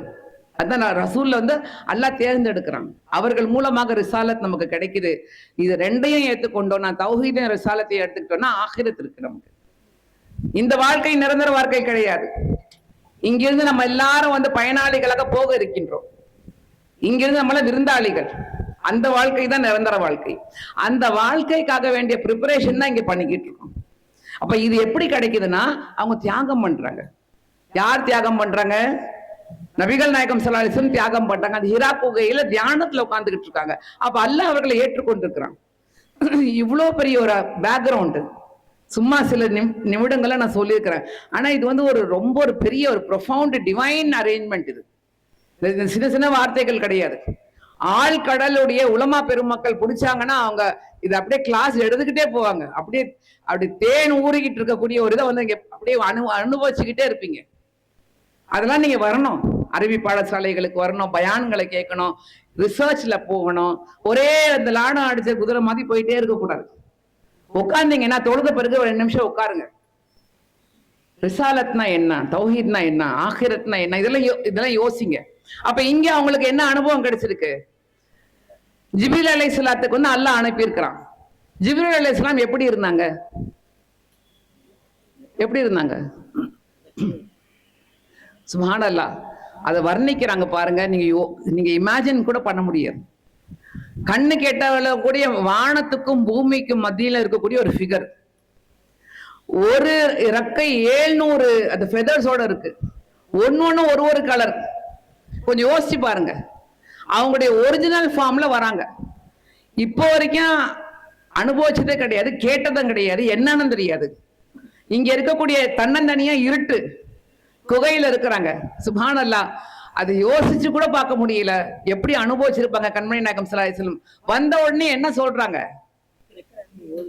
வந்த உடனே பிள்ளைங்களுக்கு நம்ம இங்க அழகா சொல்லி தாய்மாரெல்லாம் சொல்றாங்க, இக்ரா பிஸ்மி ரப்பிக்கல் லஸீ கலக். இங்க வியாபாரத்துல வல்லுனர், சிறந்த மார்க்கெட்டிங், சிறந்த பிஆர், நல்ல சேல்ஸ்மேன், ஆனா எழுத படிக்க தெரியாது. அப்ப இங்க என்ன சொல்லப்படுது? ஜிப்ரீல் அலைஹிஸ்ஸலாம் வந்த உடனே இக்ரானா ஓதுங்க, படிங்க. இவங்க சொல்றாங்க எனக்கு தெரியாது, என்ன அது, இது வரைக்கும் கேட்கவே இல்லையே அந்த வார்த்தை. அப்போ கண்மணி நாயகம் ஸல்லல்லாஹு அலைஹி வஸல்லம் வந்து இருக பற்றி கொள்றாங்க. நபிகள் நாயகம் ஸல்லல்லாஹு அலைஹி வஸல்லம் சொல்றாங்க, சஹீஹ் புகாரி ஹதீஸ் சொல்றாங்க, அவர் எந்த அளவுக்கு ஜிப்ரீல் அலைஹிஸ்ஸலாம் என்னை இருக பற்றி கொண்டார்கள் என்றால் என்னுடைய விலா எலும்பெல்லாம் ஒடிஞ்சு விடுமோன்னு பயந்துட்டேன் நான். மறுபடியும் சொல்றாங்க இக்ரா, சொல்ல வரல, என்ன ஓதணும் அப்படின்றாங்க, என்ன படிக்கணும், என்ன ஓதணும். அப்ப இக்ரா பிஸ்மி ரப்பிக்கல் லஸீ கலக் கலகல் இன்சான மின் அலக் இக்ரா வ ரப்புக்கல் அக்ரம் அல்லஸீ அல்லம பில் கலம் அல்லமல் இன்சான மா அலம் யாலம். அந்த உலகத்தையே இந்நாள் வரைக்கும் இல்ல கயாமத் வரைக்கும் புரட்டி போடக்கூடிய அல்லாஹ்வுடைய வேத வரிகள். திருக்குர்ஆனில் முதலில் அல்லாஹ் தேர்ந்தெடுத்து கொடுக்கக்கூடிய அதிசயத்துடைய அதிசயம். திருக்குர்ஆனே ஒரு அதிசயம். அந்த அதிசயத்துடைய அதிசயம் முதல் 5 அந்த வேத வரிகள். அல்லாஹ் வந்து படிங்க, ஓதுங்க. அப்ப அல்லாஹ்வுடைய பேரால் படிங்க ரிப்பீட் பண்றாங்க. இது ஒரு எபிசோடா வரேன். ஏன்னா இப்ப எபிசோடா சொன்னாதான் எல்லாருக்கும் பிடிக்குது இல்லையா? என்ன ஃபைரோஸ்மா, இப்ப இந்த எபிசோடு இருக்கட்டும், அப்படியே அடுத்த சீனுக்கு வருவோம். இது முடிஞ்சு போச்சு. இப்ப இவங்களுக்கு தெரியாது என்னதை பார்த்தாங்கன்னு தெரியாது, ஜிப்ரீல் அலைஹிஸ்ஸலாம் தெரியாது, எழுத படிக்க தெரியாது. அப்ப யாருக்கிட்ட வராங்க? உங்க வாழ்க்கையிலேயே நீங்க அனுபவிக்காத ஒண்ணுங்க. ஏற்கனவே பல நாட்கள் வீட்டுல நீங்க இல்லாம அங்க உட்கார்ந்துகிட்டு இருக்கீங்க. யார் அனுப்பி வச்சிருக்கிறாங்க? நம்ம வீட்டுல கணவர் வந்து, நான் கொஞ்சம் போயிட்டு வந்துடுறேன். எங்க போக போறீங்க? ஏன் போறீங்க? எத்தனை நாளுக்கு போக போறீங்க?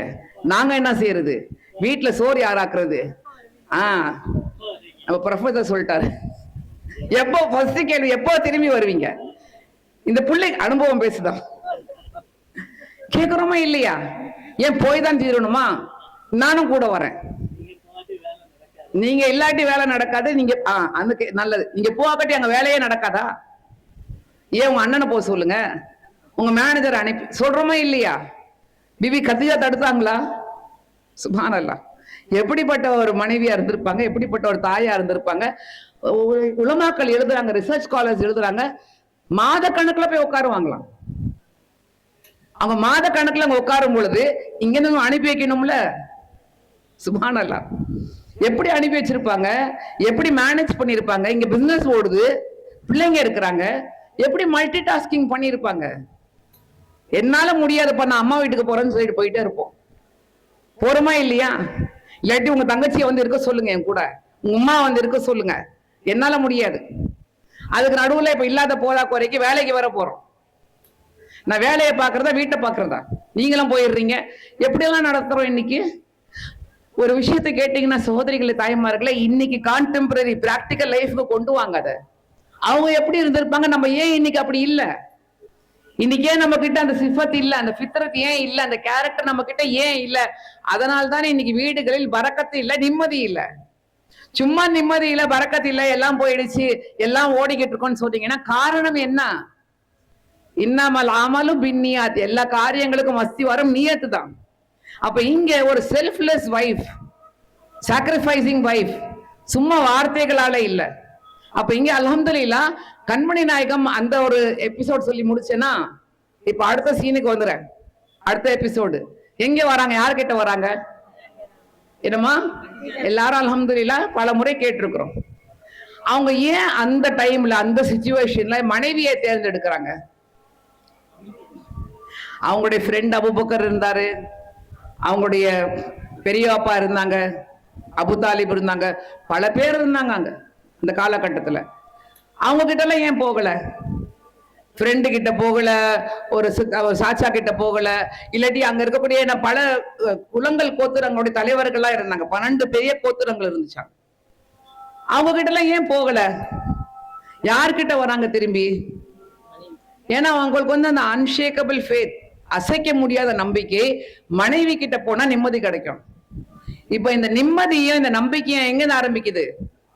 நம்முடைய படைப்பு லிதஸ்குனு இலைஹா, அவர்கள் உங்களுக்கு நிம்மதியை வழங்குவார்கள், அவர்கள் உங்களுக்கு நம்பிக்கை ஊட்டுவார்கள், அவர்கள் உங்களை திருப்திப்படுத்துவார்கள், அவர்கள் உங்களுக்கு ஆறுதலை வழங்குவார்கள், அவர்கள் உங்களுடைய வாழ்க்கையை பரிபூர்ணமாக்குவார்கள் என்பதுதான் லிதஸ்குனு இலைஹா. அப்படிதான் அன்னை கதீஜா வாழ்ந்தார்கள். அதற்காகத்தான் தைரியமாக நபிகள் நாயகம் ஸல்லல்லாஹு அலைஹி வஸல்லம் என்ன செய்யறாங்க, ஒரு 2 நிமிஷம் உட்காருங்க, அப்படி இருக்கட்டுமா, இது சொல்லியிருந்தாங்க இங்க 8 மணிக்கு போற மாதிரி இல்லை, இங்க 8:10 ஆயிடுச்சு இன்ஷா அல்லாஹ். அப்ப சகோதரிகளே, தாய்மார்களே, அப்படிப்பட்ட குழப்பமான ஒரு சூழ்நிலை, கண்மணி நாயகம் ஸல்லல்லாஹு அலைஹி வஸல்லம் தன் மீது நம்பிக்கை இழந்த ஒரு சூழ்நிலை, என்ன நடக்க போகுதுன்னு சொல்லிட்டு அவங்களுக்கே புரியல. அப்ப அவர்கள் தேர்ந்தெடுத்து வந்த அந்த மனைவி, நம்முடைய உம்மஹாத்துல் முஃமினீனுடைய தலைவி அன்னை கதீஜா நாயகி ரலியல்லாஹு அன்ஹா அவர்கள் எப்படிப்பட்ட ஒரு கம்பேனியனா இருந்திருப்பாங்க, எப்படிப்பட்ட ஒரு லைஃப் அவங்க வந்து கொடுத்துருப்பாங்க. ஒரு மனைவியா மட்டுமல்ல, ஒரு ஃப்ரெண்டா, ஒரு வழிகாட்டியா, அவங்களுடைய பாஸ். அவங்கதான் வேலைக்கு அமைச்ச கண்மணி நாயகன் ஸல்லல்லாஹு அலைஹி வஸல்லம் யாரும் பாஸ் கிடையாது. ஆனா இப்ப இருக்கக்கூடிய லாங்குவேஜை நீங்க புரிஞ்சுக்கணும்னு சொல்றேன் இல்லையா? அப்ப அவங்கள வந்து ஒரு பாஸா இருந்திருப்பாங்களா? அல்லாஹ் பாதுகாக்கணும். கொஞ்சம் பணக்கார வீட்டு பொண்ணா வந்துருச்சுன்னா, உங்க வீட்டுல வந்து என்ன கல்யாணம் பண்ணி இப்படி பண்ணிட்டாங்களே, எங்க வீட்டுல நான் இப்படி சீமாட்டியா இருந்தேன்னு சொல்லி காட்டிடுறாங்க. பெண்கள் யதார்த்தமா பேசக்கூடிய விஷயம் தானே. எங்க வீட்டுல என்ன ராணி மாதிரி வச்சிருந்தாங்க, இங்க வந்து நான் பாடா போய் கேளுங்க, வேலைக்காரியா என்ன வச்சிருக்கிறீங்க, எப்படி எல்லாம் கமெண்ட் அடிக்கிறோம். கொஞ்சம் அழகு வந்தா அங்கெல்லாம் பேசி வந்துச்சு, அங்கெல்லாம் பண்ணாம இங்க வந்து பண்ணாங்க என்ன. அல்லாஹு அக்பர். இன்னைக்கு அந்த லைஃப் ஸ்டைல் எப்படி மாறி இருக்கு. அழகை வச்சு, பணத்தை வச்சு, அந்தஸ்தை வச்சு எப்படி இன்னைக்கு லைஃபை சீரழிச்சுக்கிட்டு இருக்கிறோம். ஏன்னா நீங்க தெரிஞ்சுக்கணும், இது ஒரு மீலாது விழாக்கு வந்துட்டு போனீங்கன்னா முதல்ல வாழ்க்கையை புரிஞ்சுக்கோங்க. நேத்தான் நம்ம ஜமால் காலேஜ்ல வந்து 2 நாள் பயிற்சி கொடுத்தோம், ட்ரைனிங் த ட்ரெயினர்ஸ். ஏன்னா கோர்ட்ல இருக்கக்கூடிய ஜட்ஜஸ், ஃபேமிலி கோர்ட்டுடைய ஜட்ஜஸ் கூப்பிட்டு சொல்றாங்க, தயவு செய்து உங்க சமுதாயத்தை காப்பாத்துங்க. தடுக்கி விழுந்தா தலாக்கு. ஆண்கள் இல்ல, பெண்கள் வந்து நிக்கிறாங்க. வேதனையா இருக்கு எங்களுக்கு. வருஷ கணக்குல வந்து வக்கீலுங்களுக்கு வந்து பணம் போகுது ஒரு பக்கம், அவங்க வாழ்க்கை சீரழிஞ்சு போயிட்டு இருக்கு. 4 செவத்துக்குள்ள நடக்க விஷயத்த ஆண்கள் கூட வெளியே சொல்ல தயங்குறாங்க, பெண்கள் வந்து அப்படியே போட்டு உடைக்கிறாங்க. இது முதல் வாழ்க்கையை சீரழிச்சிடுறாங்க. அப்புறம் என்ன ஆகுது, செகண்ட் ஹேண்ட் பீஸ்.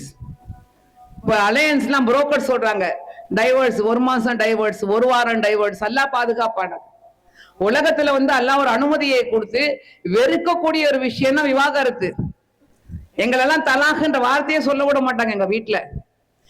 ஏதோ ஒரு வீட்டுல நடந்துச்சுன்னா சொல்லுவாங்க, நடக்க கூடாதுன்னு அந்த வீட்டுல நடந்துருச்சேன் அப்படின்னு தலாக்குன்னு கூட சொல்ல மாட்டாங்க. அந்த அளவுக்கு இருந்த ஒரு சமுதாயம் இன்னைக்கு தடுக்கி விழுந்த ஆண். அவன் என்ன சொல்றது தலாக்? ஹஸ்ரத் சொல்லி காட்டுறாங்க. ஒரு பெண் வந்து சொல்லிச்சான், அவன் என்ன ஹஸ்ரத் எனக்கு சொல்றது, நான் அவனை பார்த்து குலா குலா குலான்னு சொல்லிட்டேன். வேடிக்கை பொருளா போயிடுச்சு. அவன் கொடுக்க வேண்டாம், நான் கொடுத்துறேன்ட்டு சொல்லக்கூடிய அளவுக்கு அதுவா வீரத்தனம், அதுவா முன்னேற்றம், அதுவா பெண் விடுதலை. முதல் வாழ்க்கை போயிடுச்சு. அது பிறகு எல்லாம் அப்படியே பம்மி போய் அட்ஜஸ்ட் பண்ணி பரவாயில்ல, 2வது கல்யாணமா வாயை புத்திட்டு வாழ்ந்துட்டு போ. அது முதல் கல்யாணத்துல அட்ஜஸ்ட் பண்ணி இருக்கலாமே, நல்லபடியா ராணி மாதிரி வாழ்ந்து இருக்கிறாமே. பிள்ளைகள் கிட்ட அதை பத்தி பேசுங்க. ஏன்னா லைஃப் செட்டு, இந்த பர்சனல் லைஃப் உங்களோட செட்டா இருந்தாதான் நீங்க பப்ளிக் லைஃப் நல்லபடியா இருக்க முடியும். எல்லாம் பப்ளிக் லைஃப்ல போறேன், நான் சம்பாதிக்கிறேன், நான் வேலைக்கு போறேன், நான் வந்து படிச்சவ, அதெல்லாம் முன்னேற்றம். நீ முதல்ல நல்ல மனைவியா, நல்ல தாயா, நல்ல குடும்ப பெண்ணா, அதுல வந்து நீ பெர்ஃபெக்டா இருந்தாதான், சக்சஸ்ஃபுல்லா இருந்தாதான் அதுல சக்சஸ்ஃபுல்னு அர்த்தம். இல்லாட்டி அதுல என்னதான் பண்ணாலும் ஒரு பெரிய ஜீரோ. சகோதரிகளை, இங்க அன்னை கதீஜா வந்து எப்படிப்பட்ட ஒரு கம்பேனியனா இருந்திருப்பாங்க. நபிகள் நாயகம் ஸல்லல்லாஹு அலைஹி வஸல்லம் தைரியமா நடுராத்திரியில வீட்டுக்கு வராங்க. வந்த உடனே வந்து நடந்த விஷயத்த சொல்றாங்க. வந்த உடனே சொன்ன வார்த்தை என்ன, ஜம்மிலூனி, என்னை போர்த்துங்கள், என்னை போர்த்துங்கள். ஒரு வார்த்தையும் அவங்க வந்து மாறி பேசல, ஒரு வார்த்தையும் அவர்களை மட்டம் தட்டி பேசல, ஒரு வார்த்தையும் அவங்களை வந்து பயமுறுத்தல, உடனே கட்டி அணைத்துக் கொள்கின்றார்கள். நிறைய இளம் பெண்கள் இருக்கிறீங்க, கணவர்மார்களுக்கு தேவை வந்து பாசிட்டிவ் ரீஇன்ஃபோர்ஸ்மெண்ட். அவங்க என்னதான் டென்ஷன்ல வந்தாலும் உங்களை பார்த்த உடனே அவங்க டென்ஷன் போயிடணும். டென்ஷன்ல வரக்கூடியவங்க உங்களை பார்த்தீங்கன்னா டென்ஷன் பிபி ஹை ஆயிட கூடாது. அல்லாஹ் யாருக்கு தெரிஞ்சாலும் என் பொண்டாட்டி கிட்ட மட்டும் சொல்லிடாதீங்கன்றாங்க. சில வீடுகள்ல யாருக்கு தெரிஞ்சாலும் அவகிட்ட மட்டும் சொல்லிடாதீங்க, அவ வாயை திறந்தானா முடியாதுங்க. அதனால நான் சைலண்ட் மோட்ல போயிடுறேன். வீட்டுக்கு போனா சைலண்ட் மோடு, பரவாயில்ல என்ன வேணாலும் பேசு, வேற வழி இல்லை கேட்டுட்டு போயிடுறேன். அம்மா கிட்ட போய் உட்காந்து சொல்றாங்க, பரவாயில்லம்மா என்னம்மா செய்யறது, பிள்ளைய பத்தாச்சு, குடும்பத்தை ஏதோ பார்த்துக்கிறா, ஏதோ பார்த்து ஓட்டிட்டு போயிட்டு இருக்கேன். ஏன் அப்படிப்பட்ட வாழ்க்கையை நம்முடைய வாழ்க்கை துணைக்கு தரணும்? அல்லாத நம்ம கதையா படைச்சிருக்கிறான். அவங்க ஹாப்பியா இருக்கணும். நபிகள் நாயகம் ஸல்லல்லாஹு அலைஹி வஸல்லம் காலை வீட்டை விட்டு போனாங்கன்னா அப்படியே சோகத்தோட போவாங்களா, இன்னைக்கு என்னெல்லாம் வந்து சோதனை இருக்கோ, என்னெல்லாம் இன்னைக்கு பிரச்சனைகள் வரப்போகுதுன்னு. வீட்டுக்கு திரும்பி வரும்பொழுது ஹாப்பியா அப்படியே எந்தூசியாஸ்டிக்கா சந்தோஷமா வருவாங்களாம், வீட்டுல வந்து மனைவியோட காலத்தை கழிக்கிறதுக்கு. இன்னைக்கு அதுக்கு ரைட் ஆப்போசிட்டா இருக்கு. விட்டா போதும்னு வீட்டை விட்டு ஓடுறாங்க. திரும்பி வர்றது எவ்வளவு முடியுதோ, கொஞ்சம் கொஞ்சம் வாப்பா, கொஞ்சம் டீ குடிக்கலாம், வா கொஞ்சம் வா, கொஞ்சம் ஹோட்டல்ல போய் சாப்பிட்டுட்டு போலாம், எவ்வளவு முடியுதோ வீட்டை விட்டு வெளியே இருக்க பாக்குறாங்க. ஏன்? கணவர்மார்கள் மட்டுமில்ல, பிள்ளைகள் கூட. ஏன்னா நொய் நொய் நொய் நொய் நொயின்னு வர நம்ம என்ன பண்ணிக்கிட்டு இருக்கோம், அந்த நாகிங்னு சொல்லுவாங்க இங்கிலீஷ்ல. ஒரு இங்க ப்ரொஃபசர்ஸ் எல்லாம் இருக்கிறாங்க, நாகிங் பாக்ஸ். திரும்ப திரும்ப திரும்ப நம்ம எல்லாம் அதுக்கு படைக்கல சகோதரிகளை. கம்யூனிகேஷன், அழகிய வார்த்தைகளை பயன்படுத்த, கூலு கௌலன் சகீதா. எந்த ஒரு நேரமாக இருந்தாலும் நல்ல வார்த்தைகளை பயன்படுத்துங்க. அந்த வார்த்தைகள் வந்து அவங்களுக்கு இதமளிக்க வேண்டும், சந்தோஷம் அளிக்க வேண்டும். கணவனாக இருந்தாலும் சரி, பிள்ளைகளாக இருந்தாலும் சரி, உடன் பிறந்தவர்கள், பெற்றோர்கள். ஏன் அவன் மட்டும் என்கிட்ட அப்படி பேசணும், நான் ஏன் அவங்க கிட்ட வந்து இதமா பேசணும்? பரவாயில்ல, அது அவங்களுடைய கேரக்டர். உங்க கேரக்டரை மாத்துங்க, நீங்க மாறுங்க, அவங்க மாற மாட்டாங்க. நான் மத்தவங்களை மாத்தணும்னு நினைச்சேன்னா யாருமே மாற மாட்டாங்க. என்ன மாத்தணும்னு நினைச்சேன்னா நான் மாற முடியும். அவங்க அப்படிதாங்க, நான் இப்படிதான். அவங்க வேணா கடினமா பேசிக்கிறேன், நான் சாஃப்டா தான் பேசுவேன். அவங்க வேணா எனக்கு சலாம் சொல்ல வேண்டாம், நான் சலாம் சொல்லிக்கிறேன். என்ன சொல்றாங்க இன்னைக்கு, அந்த வீட்டுக்கு எங்களுக்கும் உறவே இல்லைங்க, அங்க சலாம் கூட சொல்லிக்க மாட்டோம். அல்லாஹ் அக்பர். ஏன் சலாம் சொல்ல மாட்டீங்க? ஏன்னா சொத்தை எழுதி கொடுத்துட்டு போறீங்க சலாம் சொன்னா? அல்லாஹ்வோட பரக்கத் இறங்கும், உங்களுக்கு துவா கிடைக்கும். அப்போ உங்களுடைய கேரக்டர் வந்து மாறணும். இங்க பிபி கதிஜா நாயகர் ரலியல்லாஹு அன்ஹா அவர்கள் கண்மணி நாயகம் ஸல்லல்லாஹு அலைஹி வஸல்லம் வந்த உடனே கட்டி பிடிச்சு அவர்களுக்கு பாசிட்டிவ் ரீஇன்ஃபோர்ஸ்மெண்ட். இங்க நான் வந்து எந்த வல்கரா பேசல, எல்லாமே வந்து பாலியல் உறவு இல்ல, செக்ஷுவல் டச் இல்ல. இது வந்து சைக்காலஜிஸ்ட் சொல்றாங்க. உங்க பிள்ளைகள் இருக்காங்க பாருங்க, ஆண் பிள்ளைகள் பெண் பிள்ளைகள், வீட்டுக்கு வந்த உடனே கட்டி அணைச்சு அவங்க நெத்தியில முச்சம் கொடுங்கன்றாங்க. இது யார் பண்ணாங்க? இன்னைக்கு சைக்காலஜி சொல்லி கொடுக்குறாங்க நமக்கு. உங்க பிள்ளைங்க வந்து உங்ககிட்ட ஏன் பேச மாட்டேன்னாங்கன்னா பிசிக்கல் டச் இல்ல அப்படின்றாங்க. பிள்ளைங்க டிவியோடய மொபைலோடய வளர்ந்துகிட்டு இருக்கு, உங்களோட கனெக்ஷன் இல்லாம இருக்கு. சைக்காலஜி சொல்லி கொடுக்குறாங்க கவுன்சிலர்ஸ். பிள்ளைங்களை கட்டி பிடிங்க, உங்க மடியில உட்கார வைங்க. கண்மணி நாயகம் ஸல்லல்லாஹு அலைஹி வஸல்லம் தானே செஞ்சாங்க. தன்னுடைய மகளார் அன்னை ஃபாத்திமாவை பார்த்த உடனேயே நெஞ்சோடு வாரி அணைத்துக் கொள்வார்கள். உச்சி முகந்து அவங்க நெத்தியில முத்தம் கொடுப்பாங்க. அவங்க எங்க உட்கார்ந்தாங்களோ அந்த இடத்துல உட்கார வைப்பாங்களா? சுப்ஹானல்லாஹ். கொஞ்சம் யோசிச்சு பாருங்க. நபிகள் நாயகம் தன்னுடைய மகளாரை தான் உட்கார்ந்த இடத்தில் உட்கார வைப்பார்களாம். பிபி கதிஜா நாயகர் ரலியல்லாஹு அன்ஹா அவர்கள் மரியாதை கொடுத்து பேசுவாங்களாம். அவங்களை எப்படி கூப்பிடுவாங்க? கதிஜான்னு கூப்பிட மாட்டாங்க, அழகிய பெயரை கொண்டு. அவர்களுக்கு வைத்த ஒரு அழகிய பேர் ஒண்ணு வந்து அவங்க ரொம்ப பியூரிஃபைட் லேடியா இருந்தாங்க. தாஹிரா அப்படின்னு கூப்பிடுவாங்க. தாஹிரா என்றால் பரிசுத்தமானவள், எல்லாத்தையும் நேர்மையானவள். அப்ப அழகிய பெயரை கொண்டு கூப்பிடுவார்கள், ஏன்னா அவங்க அப்படி நடந்துக்கிட்டாங்க. அப்ப இங்க கதிஜா நாயகர் ரலியல்லாஹு அன்ஹா அவர்களுக்கு அந்த பாசிட்டிவ் ரீஇன்ஃபோர்ஸ்மெண்ட் கொடுத்து சொல்றாங்க, நீங்க பயப்படாதீங்க, அல்லாஹ் உங்களை கைவிட மாட்டான், அல்லாஹ் உங்களை தேர்ந்தெடுத்துக்கிறான், நான் நம்பிக்கை கொள்றவங்க மேல அல்லாஹ் உங்களை நபியாக தேர்ந்தெடுத்திருக்கின்றான் என்று நான் நம்பி. உலகமே எதிர்த்து நிக்குது, ஆனா கதிஜா நாயகர் ரலியல்லாஹு அன்ஹா இங்க என்ன சொல்றாங்க, நான் உங்க கூட இருக்கிறேன், நான் சப்போர்ட் பண்றேன் உங்களுக்கு. எந்த அளவுக்கு சப்போர்ட் என்றால், சரித்திரத்துல நீங்கள் படிக்கும் பொழுது 7 வருஷம் ஊரை விட்டு அவங்க ஓரம் கட்டுப்பட்டாங்க, ஊரை வச்சு தள்ளி வைக்கிறாங்கன்னு கேள்விப்பட்டிருக்கோம்ல. இப்ப கான்ஸ்டிடியூஷன்ல இதெல்லாம் பேன் பண்றாங்க, ஆனா பல ஊருங்கள்லாம் நடக்குது. இங்க யாரெல்லாம் இஸ்லாத்தை ஏற்றுக்கொண்டார்களோ, ஷேப் அபி தாலிப் என்று சொல்லக்கூடிய அந்த மலை குன்றுக்கு கீழே எல்லாரும் ஓரம் கட்டப்படுறாங்க, ஊரை விட்டு ஒதுக்கி வைக்கப்படுறாங்க. அவங்க கூட யாரும் உறவு கொண்டாடக்கூடாது, தண்ணீர் கொடுக்க கூடாது, சாப்பாடு கொடுக்க கூடாது. 3 வருஷம். அப்ப அந்த 3 வருஷத்துல யாரு சப்போர்ட் பண்ணாங்க, எப்படி சப்போர்ட் பண்ணாங்கன்னா, அன்னை கதிஜா நாயகர் ரலியல்லாஹு அன்ஹா அவர்கள் செல்வ சீமாட்டின்னு சொல்றோம்ல, அவங்க ஒட்டுமொத்த சொத்து அப்ப அழிக்கப்படுது, தியாகம் செய்யப்படுது, வாரி வழங்கப்படுது. யாருக்காக? முஸ்லிம்களுக்காக, சமுதாயத்திற்காக, இந்த உம்மத்திற்காக. அப்ப இன்னைக்கு உம்மஹாத்துல் மோமினினை பத்தி கேள்விப்பட்டுட்டு அல்ஹம்துலில்லாஹ் கேட்டுட்டு உட்காந்துக்கிட்டு இருக்கோம். பல முறை கேட்டிருக்கிறோம். ஆனா பயான கேட்டுறோம், போயிடுறோம். என்னுடைய வேண்டுகோள், என்னுடைய கோரிக்கை, இங்க மாஷா அல்லாஹ் கண்ணு கெட்டக்கூடிய அளவுக்கு வந்து பெண்கள் உட்கார்ந்து இருக்கிறீங்க. நீங்க வீட்டுக்கு இன்னைக்கு போகும் பொழுது உங்களுடைய இதயங்களில் ஏந்தி செல்லக்கூடிய இந்த விஷயங்களை அங்க எப்படி இம்ப்ளிமெண்ட் பண்ணலாம், செயல்படுத்தலாம்னு யோசிங்க. எல்லா வீட்லயும் பிரச்சனை இருக்குங்க. வீட்டுக்கு வீடு வாசப்படி ஏதாவது ஒரு விதத்துல பிரச்சனை இருக்கு. ஆனா அந்த பிரச்சனைக்கான சொல்யூஷன் உங்க கையில இருக்கு. அல்லாஹ் உங்க கையில கொடுத்திருக்கான். ஏன்னா நீங்க சக்கீனத்துக்காக என்று படைக்கப்பட்டவர்கள். தஸ்குனு இலைஹான்னு சொல்லக்கூடிய அந்த வார்த்தையால் நம்முடைய உருவாக்கம் ஆரம்பிக்கப்பட்டிருக்கு. அப்ப உங்களுக்கு கல்யாணம் ஆயிருக்கோ இல்லையோ, நீங்க மனைவியோ தாயோ மாமியாரோ பாட்டியோ பூட்டியோ, அதெல்லாம் உங்களுக்கு அல்லாஹ் கொடுத்துக்கூடிய ஒரு அந்தஸ்து. அது எல்லாத்துக்கும் மேல இவங்க கிட்ட போனா எனக்கு நிம்மதி கிடைக்கும். அவங்க கிட்ட போய் உட்கார்ந்தா 4 ஆறுதல் வார்த்தை சொல்லுவாங்க. என்ன பிரச்சனையாக இருந்தாலும் அவங்க கிட்ட போனா போதும், சொல்யூஷன் கொடுப்பாங்கன்ற அந்த கேரக்டரை டெவலப் பண்ணுங்க. அதான் என்னுடைய இன்னைக்கு உங்களுக்கு டேக்அவே மெசேஜ். இந்த டேக்அவே மெசேஜ்ல முக்கியமான விஷயம், நம்ம வந்து இன்னைக்கு இழக்கக்கூடிய விஷயத்துல அஸ்திவாரமாக இருப்பது நம்முடைய வாய் தான்.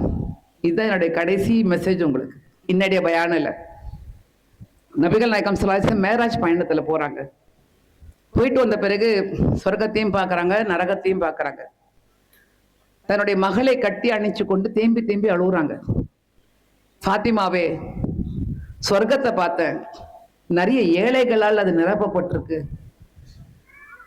நரகத்தை பார்த்தேன், நிறைய பெண்களால் நிரப்பப்பட்டிருக்குன்றாங்க. அல்லாஹ் நம்மை பாதுகாப்பானுங்க. சகோதரிகளே, துவா செய்யுங்க, எல்லாம் நரக தீயிலிருந்து எங்களை காப்பாத்துன்னு துவா செய்யுங்க. அப்ப அன்னை ஃபாத்திமா கேட்குறாங்க, யார் ரசூலல்லாஹ், ஏன் பெண்கள் அதிகமா நரகத்தில் இருக்கிறாங்க? இப்ப நபிகள் நாயகம் ஸல்லல்லாஹு அலைஹி வஸல்லம் சொல்றாங்க, நம்ம குறிப்பாக முஸ்லிம் சமுதாய பெண்கள் அவர்களுடைய வாய்களால் சீரழிகிறாங்க. உங்களுடைய தொடைகளுக்கு மத்தியில், தாடைகளுக்கு மத்தியில் இருக்கக்கூடிய சதை துண்டை காப்பாற்றிக் கொள்ளுங்கள் என்றாங்க. ஒண்ணு கேரக்டர், ரெண்டாவது உங்களுடைய வார்த்தைகள். அதுல தஃப்சீர் எழுதுறாங்க, முஸ்லிம் பெண்கள் கற்பை பேணக்கூடியவர்களாக இருக்கிறாங்க. அல்ஹம்துலில்லாஹ், அல்லாஹ் பாதுகாத்து வைப்பானாங்க. ஆனா வாயை பேணக்கூடியவர்களாக இருக்கின்றோமா? நரகத்துக்கு எழுந்து செல்லக்கூடிய விஷயத்துல ரொம்ப மோசமான விஷயம் நம்முடைய வார்த்தைகள் தான். கூலு கௌலன் சதீதா, வார்த்தைகளை பேசுவதற்கு முன்னால் அந்த வார்த்தை நல்ல வார்த்தையா, அல்லாஹ்வுக்கு பிடிச்சமான வார்த்தையா, நபிகள் நாயகம் ஸல்லல்லாஹு அலைஹி வஸல்லம் இதை பயன்படுத்தி இருப்பாங்களா? இந்த வார்த்தையை நான் இப்ப சொல்லணுமா?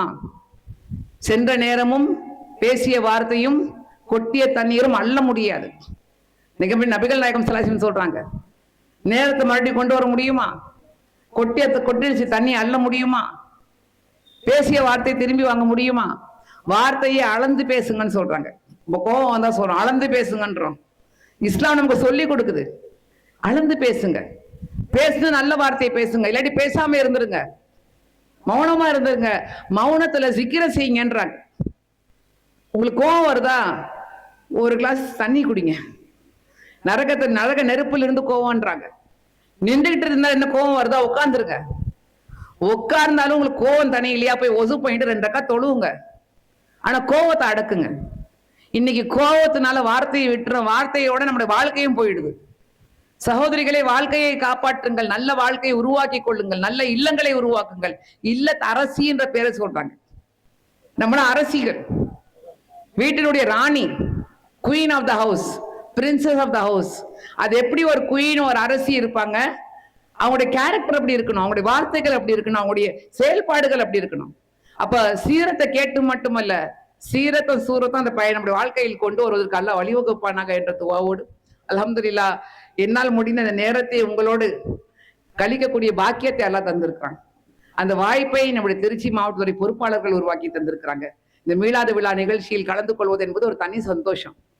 ஏன்னா இங்க உலக விஷயங்கள் கிடையாது, அரசியல் விஷயங்கள் கிடையாது. நம்முடைய கண்மணி நாயகம் ஸல்லல்லாஹு அலைஹி வஸல்லம் வாழ்க்கை விஷயத்த இந்த உலகத்துல எப்படி வாழ்வது என்று கத்துக்கிட்டு இருக்கோம். அதே போல உலக விஷயங்கள்லயும் சொல்லிட்டு என்னுடைய பேச்சுக்கு நான் வந்து முற்றுப்புள்ளி வைப்பேன். இன்னும் சில மாதங்கள்ல உள்ளாட்சி தேர்தல் வரப்போகுது. கடந்த தேர்தலின் பொழுது ஒரு ஆட்சி மாற்றத்தை பார்த்து இன்னைக்கு தாய் சபை இந்திய யூனியன் முஸ்லிம் லீக் ஆட்சி அதிகாரத்தில் நமக்கு என்ற ஒரு அமைச்சரை நம்முடைய தேசிய தலைவர் பேராசிரியர் காதர் மொஹிதீன் சாப் அவர்கள் உருவாக்கி தந்திருக்கிறாங்க. அதற்காக அவர்களுக்கு துவா செய்வோம்.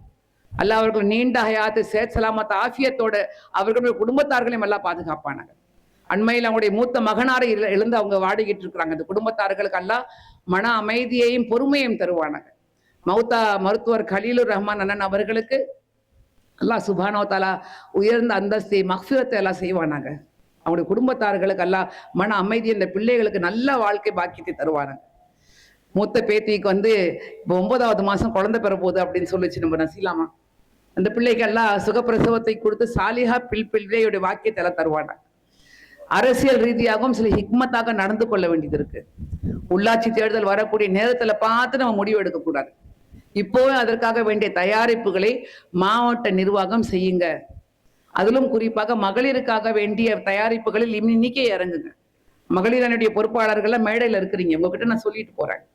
ஏன்னா நீங்க அந்த பொறுப்புல வராக்கட்டி வேற யாரோ உங்க பேரை சொல்லி வந்துடுறாங்க. நம்ம முஸ்லீம் லீக் தாய் சபையின் சார்பாக நேர்வழியை காட்டி இம்மைக்கும் அருமைக்குமாக வேண்டிய அரசியலே பண்ணிட்டு இருக்கோம். சும்மா உலக ஆதாயத்துக்காக பண்ணல. அப்ப நம்ம செய்யக்கூடிய அரசியலுக்கும் மத்தவங்க செய்யக்கூடிய அரசியலுக்கும் வித்தியாசம் இருக்கு. அது தெரிஞ்சுக்கோங்க. தெரிஞ்சுட்டு அதுக்கேற்ற மாதிரி நீங்க முன்வராக்கட்டி வேற யாரும் முன் வராங்க. அவர்கள் செய்யக்கூடிய இந்த அட்டுழியங்கள் அநியாயத்தை விட அதுக்கு காரணம் நீங்கள் ஆயிடுவீங்க. அப்ப மாவட்ட நிர்வாகத்திடம் நான் வைக்கக்கூடிய கோரிக்கை இதுதான். மகளிரை இஸ்லாமிய வெளிச்சத்தோடு அரசியலில் அவர்களுக்கு வழிகாட்டி மாஷால்லா சிறப்பாக நீங்க செயல்பட்டுக்கிட்டு வரீங்க. காயிதே மில்லத் ரஹ்மத்துல்லாஹி அலைஹியுடைய பெயர்ல இது பெண்கள் மதரசா நடந்துகிட்டு இருக்கு. அதே போல அவர்களுக்காக வேண்டிய அரசியல் வகுப்புகள் நீங்க நடத்துங்க.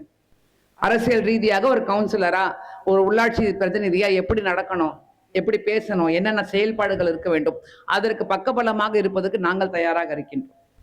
அதற்கு நீங்கள் முன் தயாராகுங்கள் என்ற அந்த கோரிக்கையை வைத்து சிறப்பாக இந்த அடுத்த ஒரு வாரத்துக்கு இன்னும் 8 நாள் நடக்க இருக்கக்கூடிய இந்த மீளாத விழா நிகழ்ச்சிகள் எல்லாம் சிறப்பாக நடத்தி தருவானாக.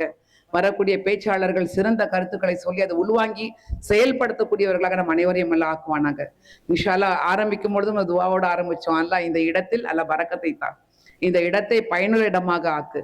இந்த இடத்துக்காக இன்று யாரெல்லாம் உழைத்து கொண்டிருக்கின்றார்களோ, செல்வத்தை வாரி வழங்கி கொண்டிருக்கின்றார்களோ, வழிகாட்டி கொண்டிருக்கின்றார்களோ, அல்ல அவர்களையும் குடும்பத்தார்களையும் பாதுகாத்து வை. அவர்களுக்கு பரக்கத்தையும் ரஹமத்தையும் சலாமத்தையும் தான். அவர்கள் மூலமாக சமுதாயத்திற்கு நல்ல காரியங்கள் நடப்பதற்கெல்லாம் நீ வழிவகுப்பாயாக என்ற இந்த அழகிய மேடையில் துவா செய்தவளாக விடைபெறுகிறேன். ஜஸாக்கல்லாஹு கைர் வ ஆகிர் தவானா அனில் ஹம்துலில்லாஹி ஆலமீன். அஸ்ஸலாமு அலைக்கும் வரஹ்மத்துல்லாஹி வபரகாத்துஹு.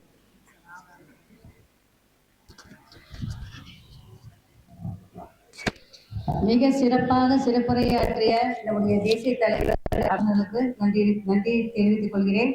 அவங்க சொன்னாங்க, நான் ஒரு அரை மணி நேரம் தான் இருப்பேன், நான் பேசிட்டு உடனே கிளம்பிடுறேன்னு சொன்னாங்க. ஆனா இன்னைக்கு இந்த திரண்டு இருக்கிற இந்த பெரிய கூட்டத்துக்கு பார்த்த உடனே அவங்களுக்கே உற்சாகம் அல்ஹம்துலில்லாஹ் ஒரு பெரிய பேருரை கொடுத்தாங்க. பெண்கள் எப்படி வாழ வேண்டும் என்ற கருத்தை மிக தெளிவாக சொன்னாங்க. இன்ஷா அல்லாஹ் இதையெல்லாம் நாம் பின்பற்றக்கூடியவர்களாக இருப்போம் இன்ஷா அல்லாஹ்.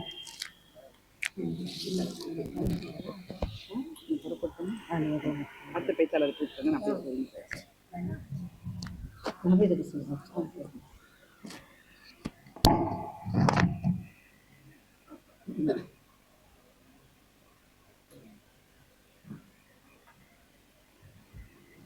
நம்முடைய தேசிய தலைவர் அவர்கள் இப்போ ஒரு அடுத்த ப்ரோக்ராம் ஒன்று இருக்கு, அதுக்காக கிளம்பிட்டு இருக்காங்க. அவங்கள வழி அனுப்பி வச்சுட்டு நாம தொடர்ந்து நிகழ்ச்சியை நடத்துவோம். நிகழ்ச்சியை நீங்க எல்லாரும் முழுவதும் இருந்து கவனித்து பார்க்க வேண்டும் கேட்டுக்கிறேன். ஏன்னா மகளிர் அணியில நிறைய சிறந்த பேச்சாளர்கள் இருக்கிறாங்க, அவங்களுடைய பேச்சையும் நீங்க கேட்கணும் இன்ஷா அல்லாஹ்.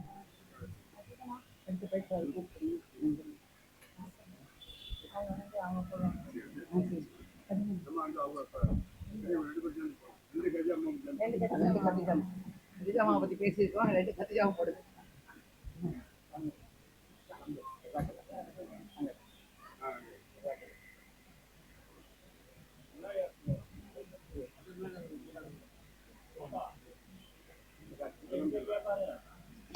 இந்த மதரசாவுக்கு ஒரு தாய் போல் இருந்து செயல்படக்கூடியவர்கள் கதிஜாமான்னு சொன்னாங்க நம்ம உஸ்தாபிமார்கள்.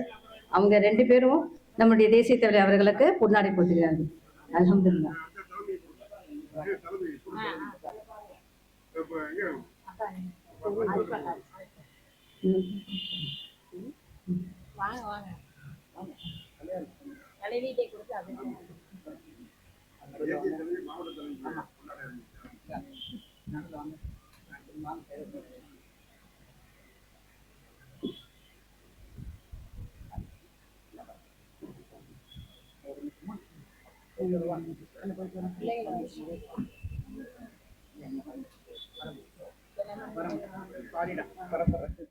புறப்பட்டு போன பிறகு நம்ம வந்து நிகழ்ச்சியை முழுவதுமாக நிறைவேற்ற வரைக்கும் பெண்கள் எல்லாரும் அமைதியோடு இருந்து பொறுமையாக அனைவரின் பேச்சை கேட்டுக்கொள்ள வேண்டும் என்று கேட்டுக்கொள்கிறேன்.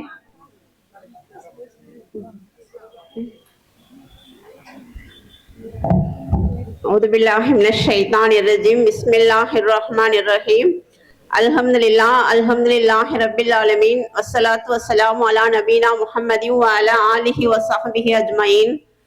அளவில்லா கருணையும் இணையில்லா கிருபையும் உடைய அல்லாஹ்வின் திருப்பெயரால் ஆரம்பம் செய்கின்றேன். அல்லாஹினுடைய அன்பும் அருளும் கருணையும் மன்னிப்பும் சாந்தியும் சமாதானமும் நமது நபிகள் நாயகம் ஸல்லல்லாஹு அலைஹி வஸல்லம் அவர்களின் மீதும் அவர்களின் குடும்பத்தார் மீதும் உத்தம சத்திய சஹாபாக்கள் மீதும் சஹாபிய பெண்மணிகள் மீதும் குறிப்பாக இங்கு அமர்ந்திருக்கும் நம் அனைவரின் மீதும் உண்டாகுவதாக. கண்ணியமிக்க தாய்மார்களே, அல்லாஹ்வின் நல்லடியார்களே, இந்தியன் முஸ்லிம் தலைவர்களே, நிர்வாகிகளே, உங்கள் அனைவருக்கும் அஸ்ஸலாமு அலைக்கும் வரஹ்மத்துல்லாஹி வபரகாத்துஹு. நம்ம இந்த புனிதமான சிறப்பு வாய்ந்த ரபியுல் அவ்வளுடைய மாதத்துல இருக்கோம். கண்மணி நாயகம் ஸல்லல்லாஹு அலைஹி வஸல்லம் அவர்கள் பிறந்த இந்த மாதத்துல நம்ம எல்லாம் இங்க ஒன்று கூடியிருக்கோம். அல்ஹம்துலில்லாஹ். இந்த மாதத்தோட சிறப்புல வந்து நம்ம இங்க எல்லாம் ஒண்ணு கூடியிருக்கோம். நிறைய விஷயங்களை நம்மளுடைய தேசிய தலைவி அவங்க வந்து நம்ம கிட்ட சொன்னாங்க. நபி ஸல்லல்லாஹு அலைஹி வஸல்லம் அவங்க தன்னுடைய 11 மனைவிமார்கள்ட்டையும் சமத்துவமா நடந்தாங்க. 11 மனைவிமார்களும் நபி ஸல்லல்லாஹு அலைஹி வஸல்லம் அவங்கள்ட்ட நிகரில்லாத அன்போட நடந்தாங்க. அப்படித்தானே? நம்ம சம்பவங்கள்ல கேள்விப்பட்டது, யாரும் யாரையும் என்ன செஞ்சுக்கல, கோச்சுட்டாங்களா? எல்லாருமே எப்படி இருந்தாங்க? இணக்கத்தோட வாழக்கூடிய மனைவிமார்களா இருந்தாங்க. இப்ப உள்ள தலைவர்களுக்கு 2-3 மனைவி இருப்பாங்க.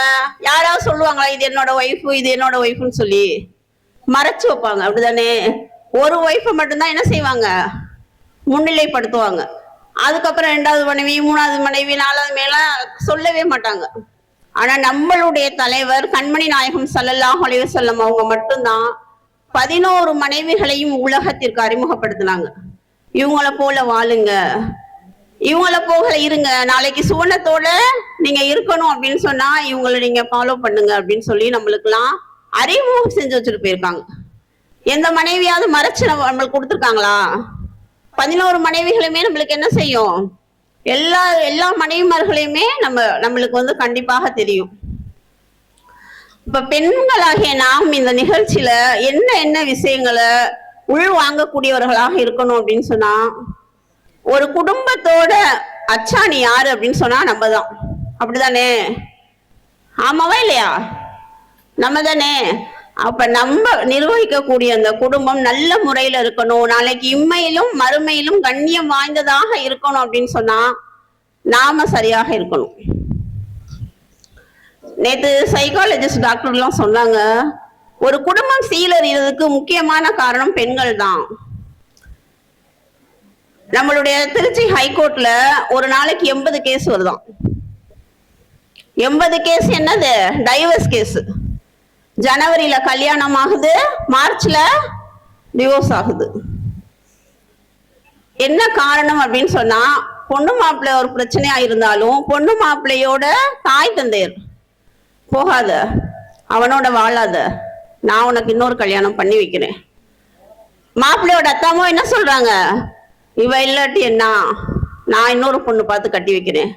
இப்படியே சொல்லி என்ன செய்யறாங்க, அவங்களே பேசி டைவர்ஸ் வாங்கி வச்சிடறாங்க.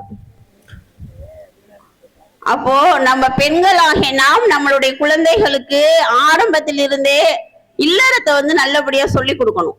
பொறுமையா போகணும், சகிச்சு கொண்டு வாழணும், எல்லாரையும் அனுசரிச்சுக்கணும் அப்படின்னு சொல்லி நம்ம சொல்லி கொடுத்து வளர்த்தோம் அப்படின்னா இந்த நிலைமைகள் முற்றிலுமாக மாறும்.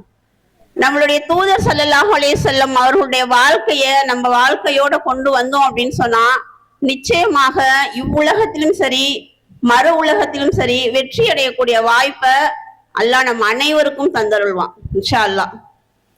நம்ம இந்த உலகத்துல எப்படி சிறப்பா இருக்கணும், நல்லா இருக்கணும், வீடு அந்தஸ்தோட இருக்கணும் அப்படின்னு நினைக்கிறோமோ, அதே போல நாளை மறுமையிலும் சுவனத்திற்குரிய பெண்களாக இருக்கணும் அப்படின்னு சொன்னா நம்மளை சரி பண்ணி கொள்ளணும். அப்பதான் இந்த நிச்சயமாக மறுமையில நம்ம ஒரு சிறந்த அந்தஸ்துள்ள பெண்களாக நம்ம துவா கேட்போம் தானே. பாத்திமா ரலியல்லாஹு அன்ஹா அவங்களுடைய முந்தானியை பிடிச்சு கொண்டு சூனத்துக்குள்ள நுழையணும் அப்படின்னு சொல்லி அந்த வாய்ப்பு எல்லாம் நம்மளுக்கு ஏற்படுத்தி தருவான். இன்ஷா அல்லாஹ் செய்வோமா?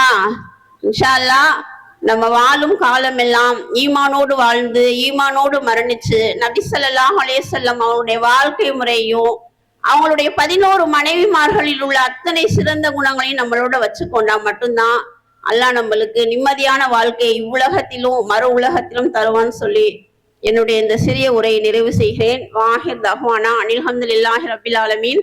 அஸ்ஸலாமு அலைக்கும் வரஹ்மத்துல்லாஹி வபரகாத்துஹு.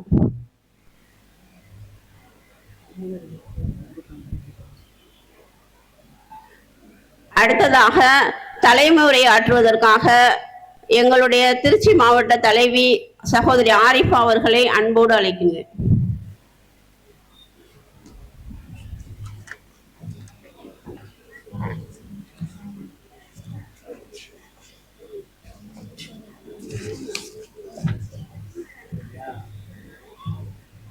அளவற்ற அருளாளரும் நிகரட்ட அன்புடையருமாகிய எல்லாம் வல்ல அல்லாஹ்வின் திருப்பெயரால் ஆரம்பம் செய்கிறேன்.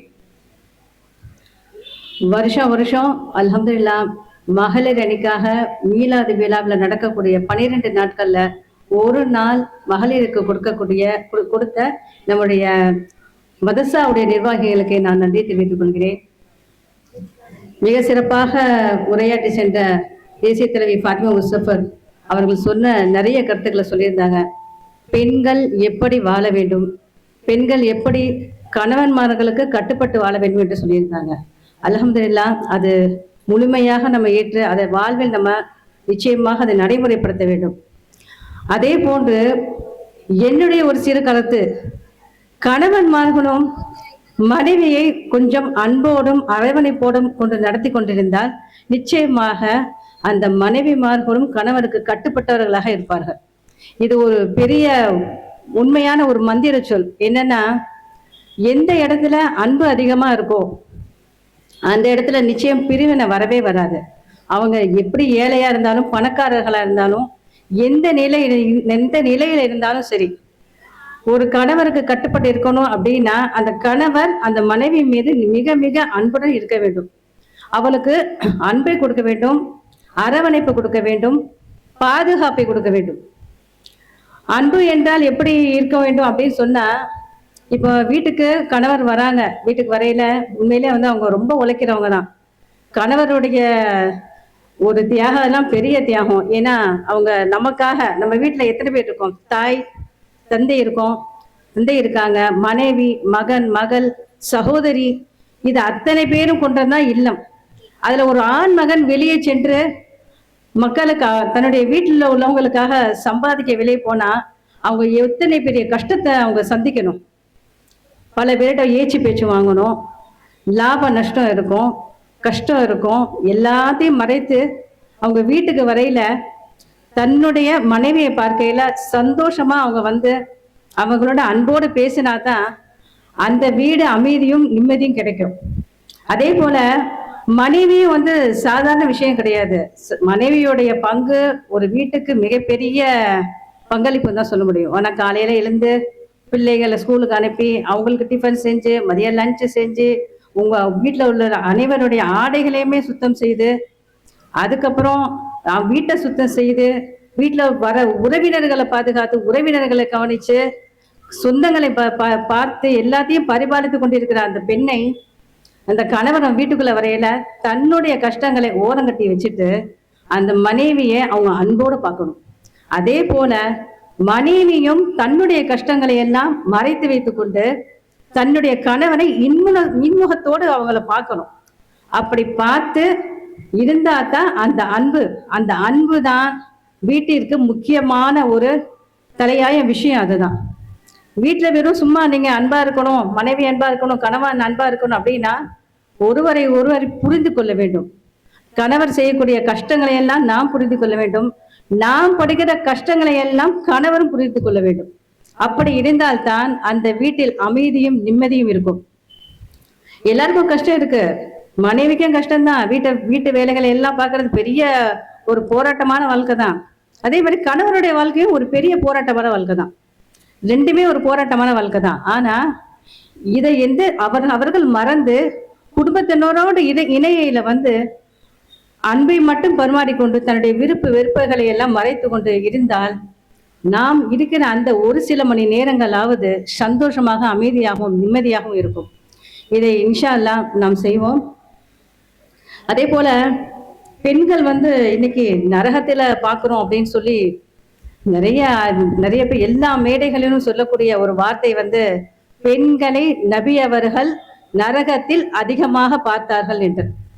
அது அவர் உண்மையான கூற்றுதான். ஆனால் என்னுடைய ஒரு அறிவுக்கு எட்டிய ஒரு விஷயம் என்னன்னா, பெண்கள் அந்த காலத்துல ரொம்ப மூடத்தனமான விக்கிரகங்களையும் சிலைகளையும் வணங்கக்கூடியவர்களாகவும் யாருக்கும் கட்டுப்படாமல் மது சூது போட்டு இருக்கக்கூடிய ஒரு காலகட்டத்தில் அந்த பெண்கள் இருந்தாங்க. அந்த பெண்களை அந்த பெண்களுடைய எச்சரிக்கை இருக்கிறதுக்காக தான் ரசூல்லா அவர்கள் சொல்லியிருக்காங்கன்ற என்னுடைய நினைப்பு. ஏன்னா இந்த காலகட்டத்துல பெண்கள் புறம் பேசுபவர்கள் என்று சொன்னால் நான் ஒத்துக்கொள்ளவே மாட்டேன். ஏன்னா பெண்கள் இந்த காலத்துல மிக மிக மிக பெரிய பெரிய சேவை செய்து கொண்டிருக்கிறாங்க. ஒரு ஹாஸ்பிட்டலுக்கு போனீங்கன்னா அங்க நர்ஸ் இருப்பாங்க. நர்ஸ் பெண்ணு தான். நர்ஸ் எல்லாம் நம்முடைய அசுத்தங்களை கூட சுத்தம் செய்யக்கூடிய ஒரு பெண் தான் நர்ஸ். அவங்களுடைய சேவை இல்லாம நம்ம அந்த மருத்துவமனையை விட்டு வெளியே வர முடியாது. அதே போல காலேஜுக்கு போனீங்கன்னா, ஸ்கூலுக்கு போனீங்கன்னா அங்க ஹெட் மாஸ்டர் ஒரு பெண்ணா தான் இருப்பாங்க, டீச்சர் ஒரு பெண்ணா தான் இருப்பாங்க.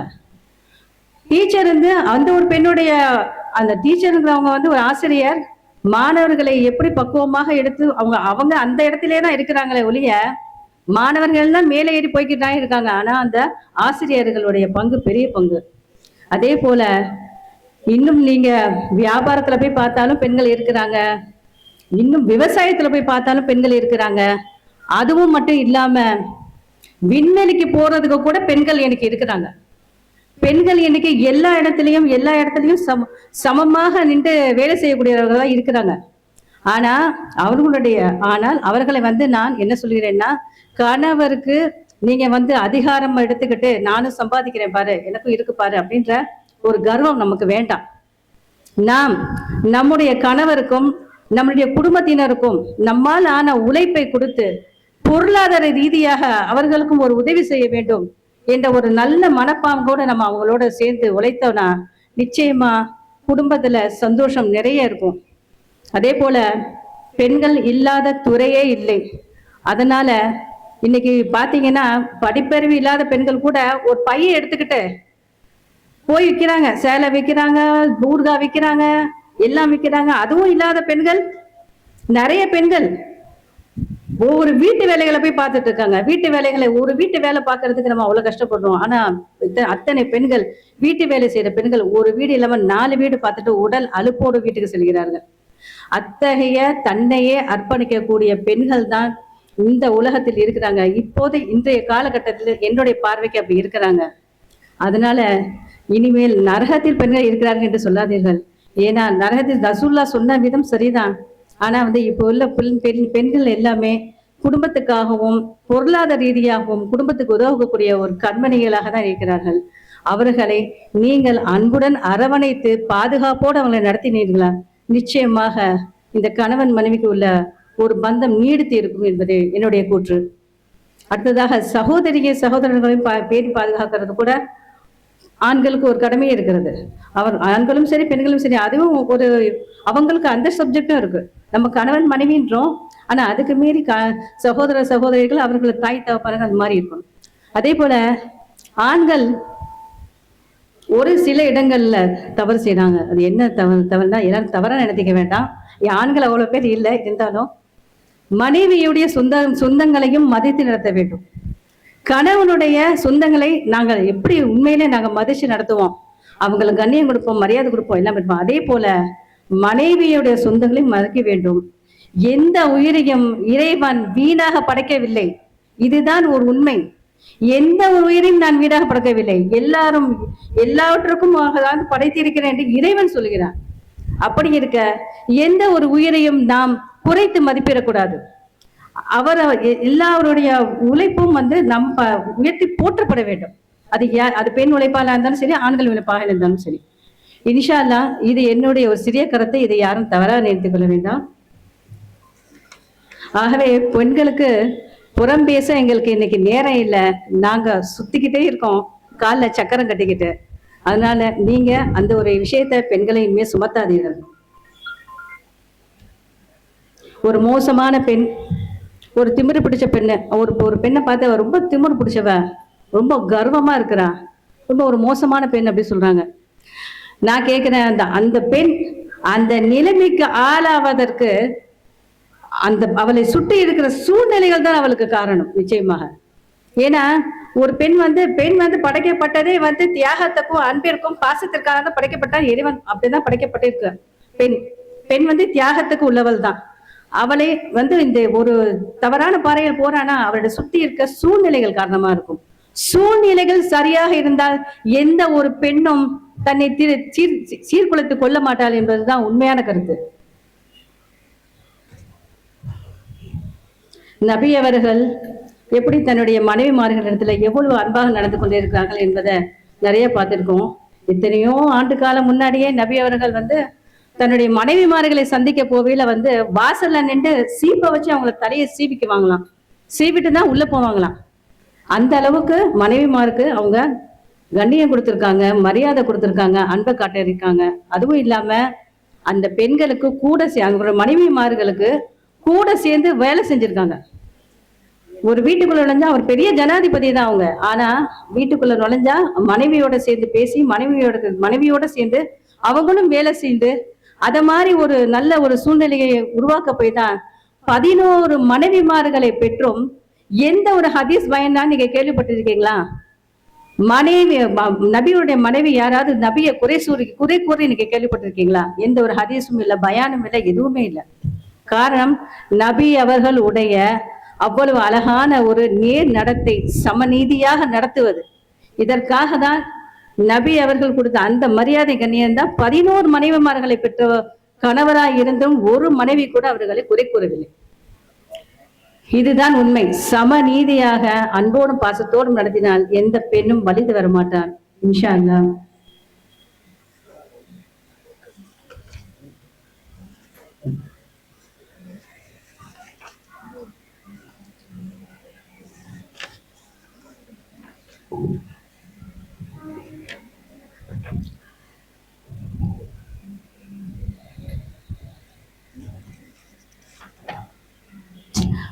ஆகவே நபி அவர்கள் காட்டியது போல நாமும் வாழ்ந்து நம்முடைய வாழ்நாட்களை மகிழ்ச்சியாக்க வேண்டும் என்ற சகோதர சகோதரிகளை உங்களிடம் கேட்டுக்கொள்கிறேன். வாய்ப்பளித்த காயிதே மில்லத் அரபி பாடசாலை நிர்வாகிகள், ஆசிரியர்களுக்கும் நன்றி கூறி விடைபெறுகிறேன். அஸ்ஸலாமு அலைக்கும் வரஹ்மத்துல்லாஹி வபரகாத்துஹு.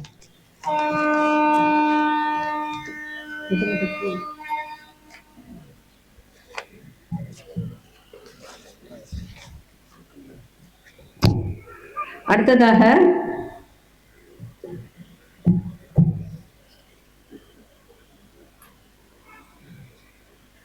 ஐமான் காலேஜ் உடைய ஆங்கில பேராசிரியை நசீலா பேகம் அவர்கள் சிறப்புரையாற்றுவார்கள்.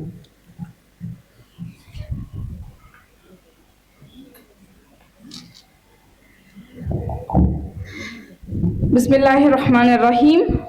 In the name of Allah, the most beneficent, the most merciful. இந்திய யூனியன் முஸ்லீம் லீக் மற்றும் காயிதே மில்லத் பெண்கள் அரபி பாடசாலை நிர்வாகிகள் இணைந்து நடத்தக்கூடிய இந்த நம் உயிரினும் மேலான உத்தம நபியின் உதய தின நினைவாக நடத்தப்படும் இந்த முப்பெரும் விழாவின் மீலாது நபி விழாவின் தொடர் பயான் நிகழ்ச்சியில் 2வது நாளாக இன்று நடக்கூடிய இந்த பயான் நிகழ்ச்சியில் எனக்கு பேச வாய்ப்பளித்த என்னுடைய தந்தை மற்றும் தெற்கு மாவட்ட தலைவர் ஹபீபுர் ரஹ்மான் அவர்களையும் மகளிர் அணியில் இருக்கக்கூடிய எல்லா நிர்வாகிகளுக்கும் எனது முதற்கண் சலாத்தை தெரிவித்துக் கொள்கிறேன். அஸ்ஸலாமு அலைக்கும் வரஹ்மத்துல்லாஹி வபரகாத்துஹு. இதற்கு முன் பேசிய அனைவரும் நிறைய விஷயங்கள் ஆல்ரெடி ஷேர் பண்ணிட்டாங்க. எனக்கு முக்கியமா மூணு விஷயம் மட்டும் சொல்லணும். ஃபர்ஸ்ட் விஷயம் நம்மளுடைய தலைப்பு. இந்த தலைப்பை பத்தி எல்லாருக்குமே நல்லாவே தெரியும். இது என்ன அப்படின்னா உம்மஹாத்துல் முஅமினீன் அப்படின்னு சொல்லக்கூடிய இந்த தலைப்பு. இந்த தலைப்புல இருக்கக்கூடிய இந்த பேர் வந்து எங்க இருக்கு அப்படின்னா நமக்கு குர்ஆன்லயே இடம் பெற்றிருக்கு. எந்த சூரான்னு பாத்தீங்க அப்படின்னா சூரா அஹ்ஸப் அப்படின்னு சொல்லக்கூடிய சூரா. அது எத்தனாவது சூரா அப்படின்னா 33வது சூரா. அதுல 6வது வசனத்துல இந்த நேம் வருது. என்ன அப்படின்னா அந்நபியு அவ்லா பில் முஃமினீன மின் அன்ஃபுஸிஹிம் வ அஸ்வாஜுஹும் வ உம்மஹாத்துகும் அப்படின்னு சொல்லி இந்த இடத்துல தான் அந்த பேர் அப்படிங்கிறது வருது. இல்ல எதை பத்தி சொல்றாங்க அப்படின்னா மதர்ஸ் ஆஃப் த பிலீவர்ஸ் யார் அப்படின்னா நமக்கு எல்லாருக்குமே நல்லா தெரியும். நபி முஹம்மது ஸல்லல்லாஹு அலைஹி வஸல்லம் அவர்களுடைய 11 மனைவிகளை பத்தி சொல்லியிருக்காங்க. இதுலதான் வந்து இந்த பேர் வந்து வந்திருக்கு. எதுவுமே நம்ம அனலைஸ் பண்ணணும் அப்படிங்கிறதுக்காக தான் இந்த விஷயத்த நான் தெரிஞ்சுக்கிட்டேன். அப்பதான் வந்துட்டு தன்னுடைய மனைவிகளை எந்த நேரத்திலயுமே தன்னோட தாயோட ஒப்பிட்டு சொல்லக்கூடாதுங்கிற விஷயம் முதல் முறையாக அந்த இடத்துல தான் நமக்கு குர்ஆன்ல அல்லாஹ் வந்துட்டு நபி முஹம்மது ஸல்லல்லாஹு அலைஹி வஸல்லமுக்கு அந்த இடத்துல சொல்லி காட்டியிருக்கா. அதுதான் இதுல கிடைச்சிருக்க அந்த ஒரு படிப்பினை. செகண்ட் முக்கியமான விஷயம் என்ன அப்படின்னா நம்ம எல்லா நபியை விட நம்ம நபி வந்து ரொம்ப ஸ்பெஷல். ஏன் அப்படின்னா எல்லாருக்குமே தெரியும் கியாமத் நாள்ல சிபாரிசு செய்யக்கூடிய பாக்கியம் அப்படிங்கிறது யாருக்கு இருக்கு அப்படின்னா முஹம்மது நபி ஸல்லல்லாஹு அலைஹி வஸல்லமுக்கு மட்டும்தான் இருக்கு. ஏன் அப்படின்னா எந்த ஒரு சூழ்நிலையிலுமே அவங்க எந்த நேரத்திலயுமே அவங்க போய் சொன்னது இல்லை. அந்த சூழ்நிலை அப்படிங்கிறதுனாலதான் அல்லாஹ் வந்துட்டு அவங்களுக்கு அந்த சிறப்பான ஒரு அந்தஸ்தை கொடுத்துருக்கான். அப்போ வந்து ஒரு காலத்துல வந்துட்டு மூசா நபி வந்துட்டு அல்லாஹ் கிட்ட கேக்குறாங்க, இந்த மாதிரி வந்துட்டு நான் உங்ககிட்ட டைரக்டா பேசுறேனா அப்படிங்கும் போது அல்லாஹ் சொல்றான், இந்த மாதிரி உங்களுக்கும் எனக்கும் 70,000 திரைகள் உள்ளது அப்படிங்கிறாங்க. அப்போ வந்துட்டு மூசா நபி கேக்குறாங்க, என்ன அப்போ டைரக்டா பேச முடியாதா அப்படிங்கிற மாதிரி ஒரு விஷயம் கேட்கும் போது அப்போ வந்துட்டு அல்லாஹ் சொல்றான், உங்களுக்கு அடுத்து கடைசியாக இறுதி நபி முஹம்மது ஸல்லல்லாஹு அலைஹி வஸல்லம் வருவாங்க. அவங்களுடைய உம்மத்தினர்ல நோம்பு திறக்கும் போது ரமலானுடைய நேரத்துல நோம்பு திறக்கும் போது அவங்க கேட்கக்கூடிய துவாக்கள் எல்லாமே கபூலாகப்படும். ஏன் அப்படின்னா அவங்களுக்கும் எனக்கும் அந்த நேரத்துல எந்த திரையுமே இருக்காது அப்படின்னு சொல்லியிருக்காங்க. நம்ம எப்போதுமே இறுதி நபி முஹம்மது நபி ஸல்லல்லாஹு அலைஹி வஸல்லம் அவர்களுடைய சிறப்பான உம்மத். ஏன் அப்படின்னா அந்த காலத்துல வாழ்ந்த மக்கள்ல டைரக்டா அவங்களுக்கு நிறைய மிராக்கிள்ஸ் தெரியும், கண் கூட பார்த்திருப்பாங்க. இப்ப நம்ம வந்துட்டு வெள்ளிக்கிழமை வந்து சூரா கஹஃப் போதும் அப்படின்னா நமக்கு சுத்தி ஒரு ப்ரொடெக்ஷன் மாதிரி இருக்கும். அதெல்லாம் அவங்க கண் கூடவே அந்த ஒரு மேகங்கள் இருக்கிற மாதிரி எல்லாம் பார்த்திருப்பாங்க. ஜிப்ரீல் அலைஹிஸ்ஸலாம பார்த்திருக்காங்க. இந்த மாதிரி மக்கள் டைரக்டா பார்த்து நம்புறதை விட நம்மள மாதிரி நம்ம கேட்டு பார்த்து வந்தவங்க. முஹம்மது நபி இருந்தாங்க, அவங்க இப்படிலாம் பண்ணாங்கன்னு சொல்லி நம்ம அப்படி வந்தவங்கனால முஹம்மது நபி ஸல்லல்லாஹு அலைஹி வஸல்லமுக்கு யாரு ரொம்ப பிடிக்கும் அப்படின்னா இந்த மாதிரி நம்ம வந்தோம்ல, இந்த மாதிரி வந்த நம்மளுடைய ஸ்பெஷல் ஆட்கள் நம்ம தான் அப்படின்னு சொல்லியிருக்காங்க.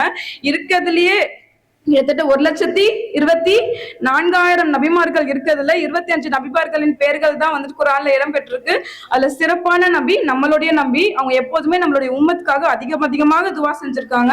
அப்போ அந்த நபியோடைய உம்மத்தினரா வந்த நம்மளும் அவங்கள மாதிரி இருக்க நம்ம முயற்சி செய்யணும். அப்போ இந்த மாதிரி பயான் நிகழ்ச்சியில வரும்போது அவங்கள பத்தி சொல்ற விஷயங்களை கேட்கறதோடு இல்லாம அதை நம்ம வாழ்க்கையில என்ன பண்ணணும் அப்படின்னா இன்ஃபியூஸ் பண்ணணும். அப்ப அவங்கள மாதிரி இருக்க கொஞ்சமாச்சு முயற்சி பண்ணாதான் நம்மளும் இன்ஷா அல்லாஹ் அவங்கள மாதிரி நம்ம நிறைய நல்ல விஷயங்கள் செஞ்சு நம்மளும் சொர்க்கத்திலேயே உயர்ந்த சொர்க்கமான ஜன்னத்துல் ஃபிர்தௌஸ், அதாவது நபிமார்கள் செல்லக்கூடிய அந்த மாதிரி சொர்க்கத்துக்கு போகிறதுக்கு ஒரு வாய்ப்பு கிடைக்கும். இதுதான் என்னுடைய 2வது மெசேஜ். 3வது விஷயம் என்ன அப்படின்னா ஒரு ரிலேஷன்ஷிப் மேட்ரிக்ஸ் எப்படி இருக்கணும் அப்படின்ட்டு அல்லாஹ் சொல்லியிருக்கான். என்ன அப்படின்னா நம்மளுடைய ரிலேஷன்ஷிப் மேட்ரிக்ஸ்ல ஃபர்ஸ்ட் யாருக்கு நம்ம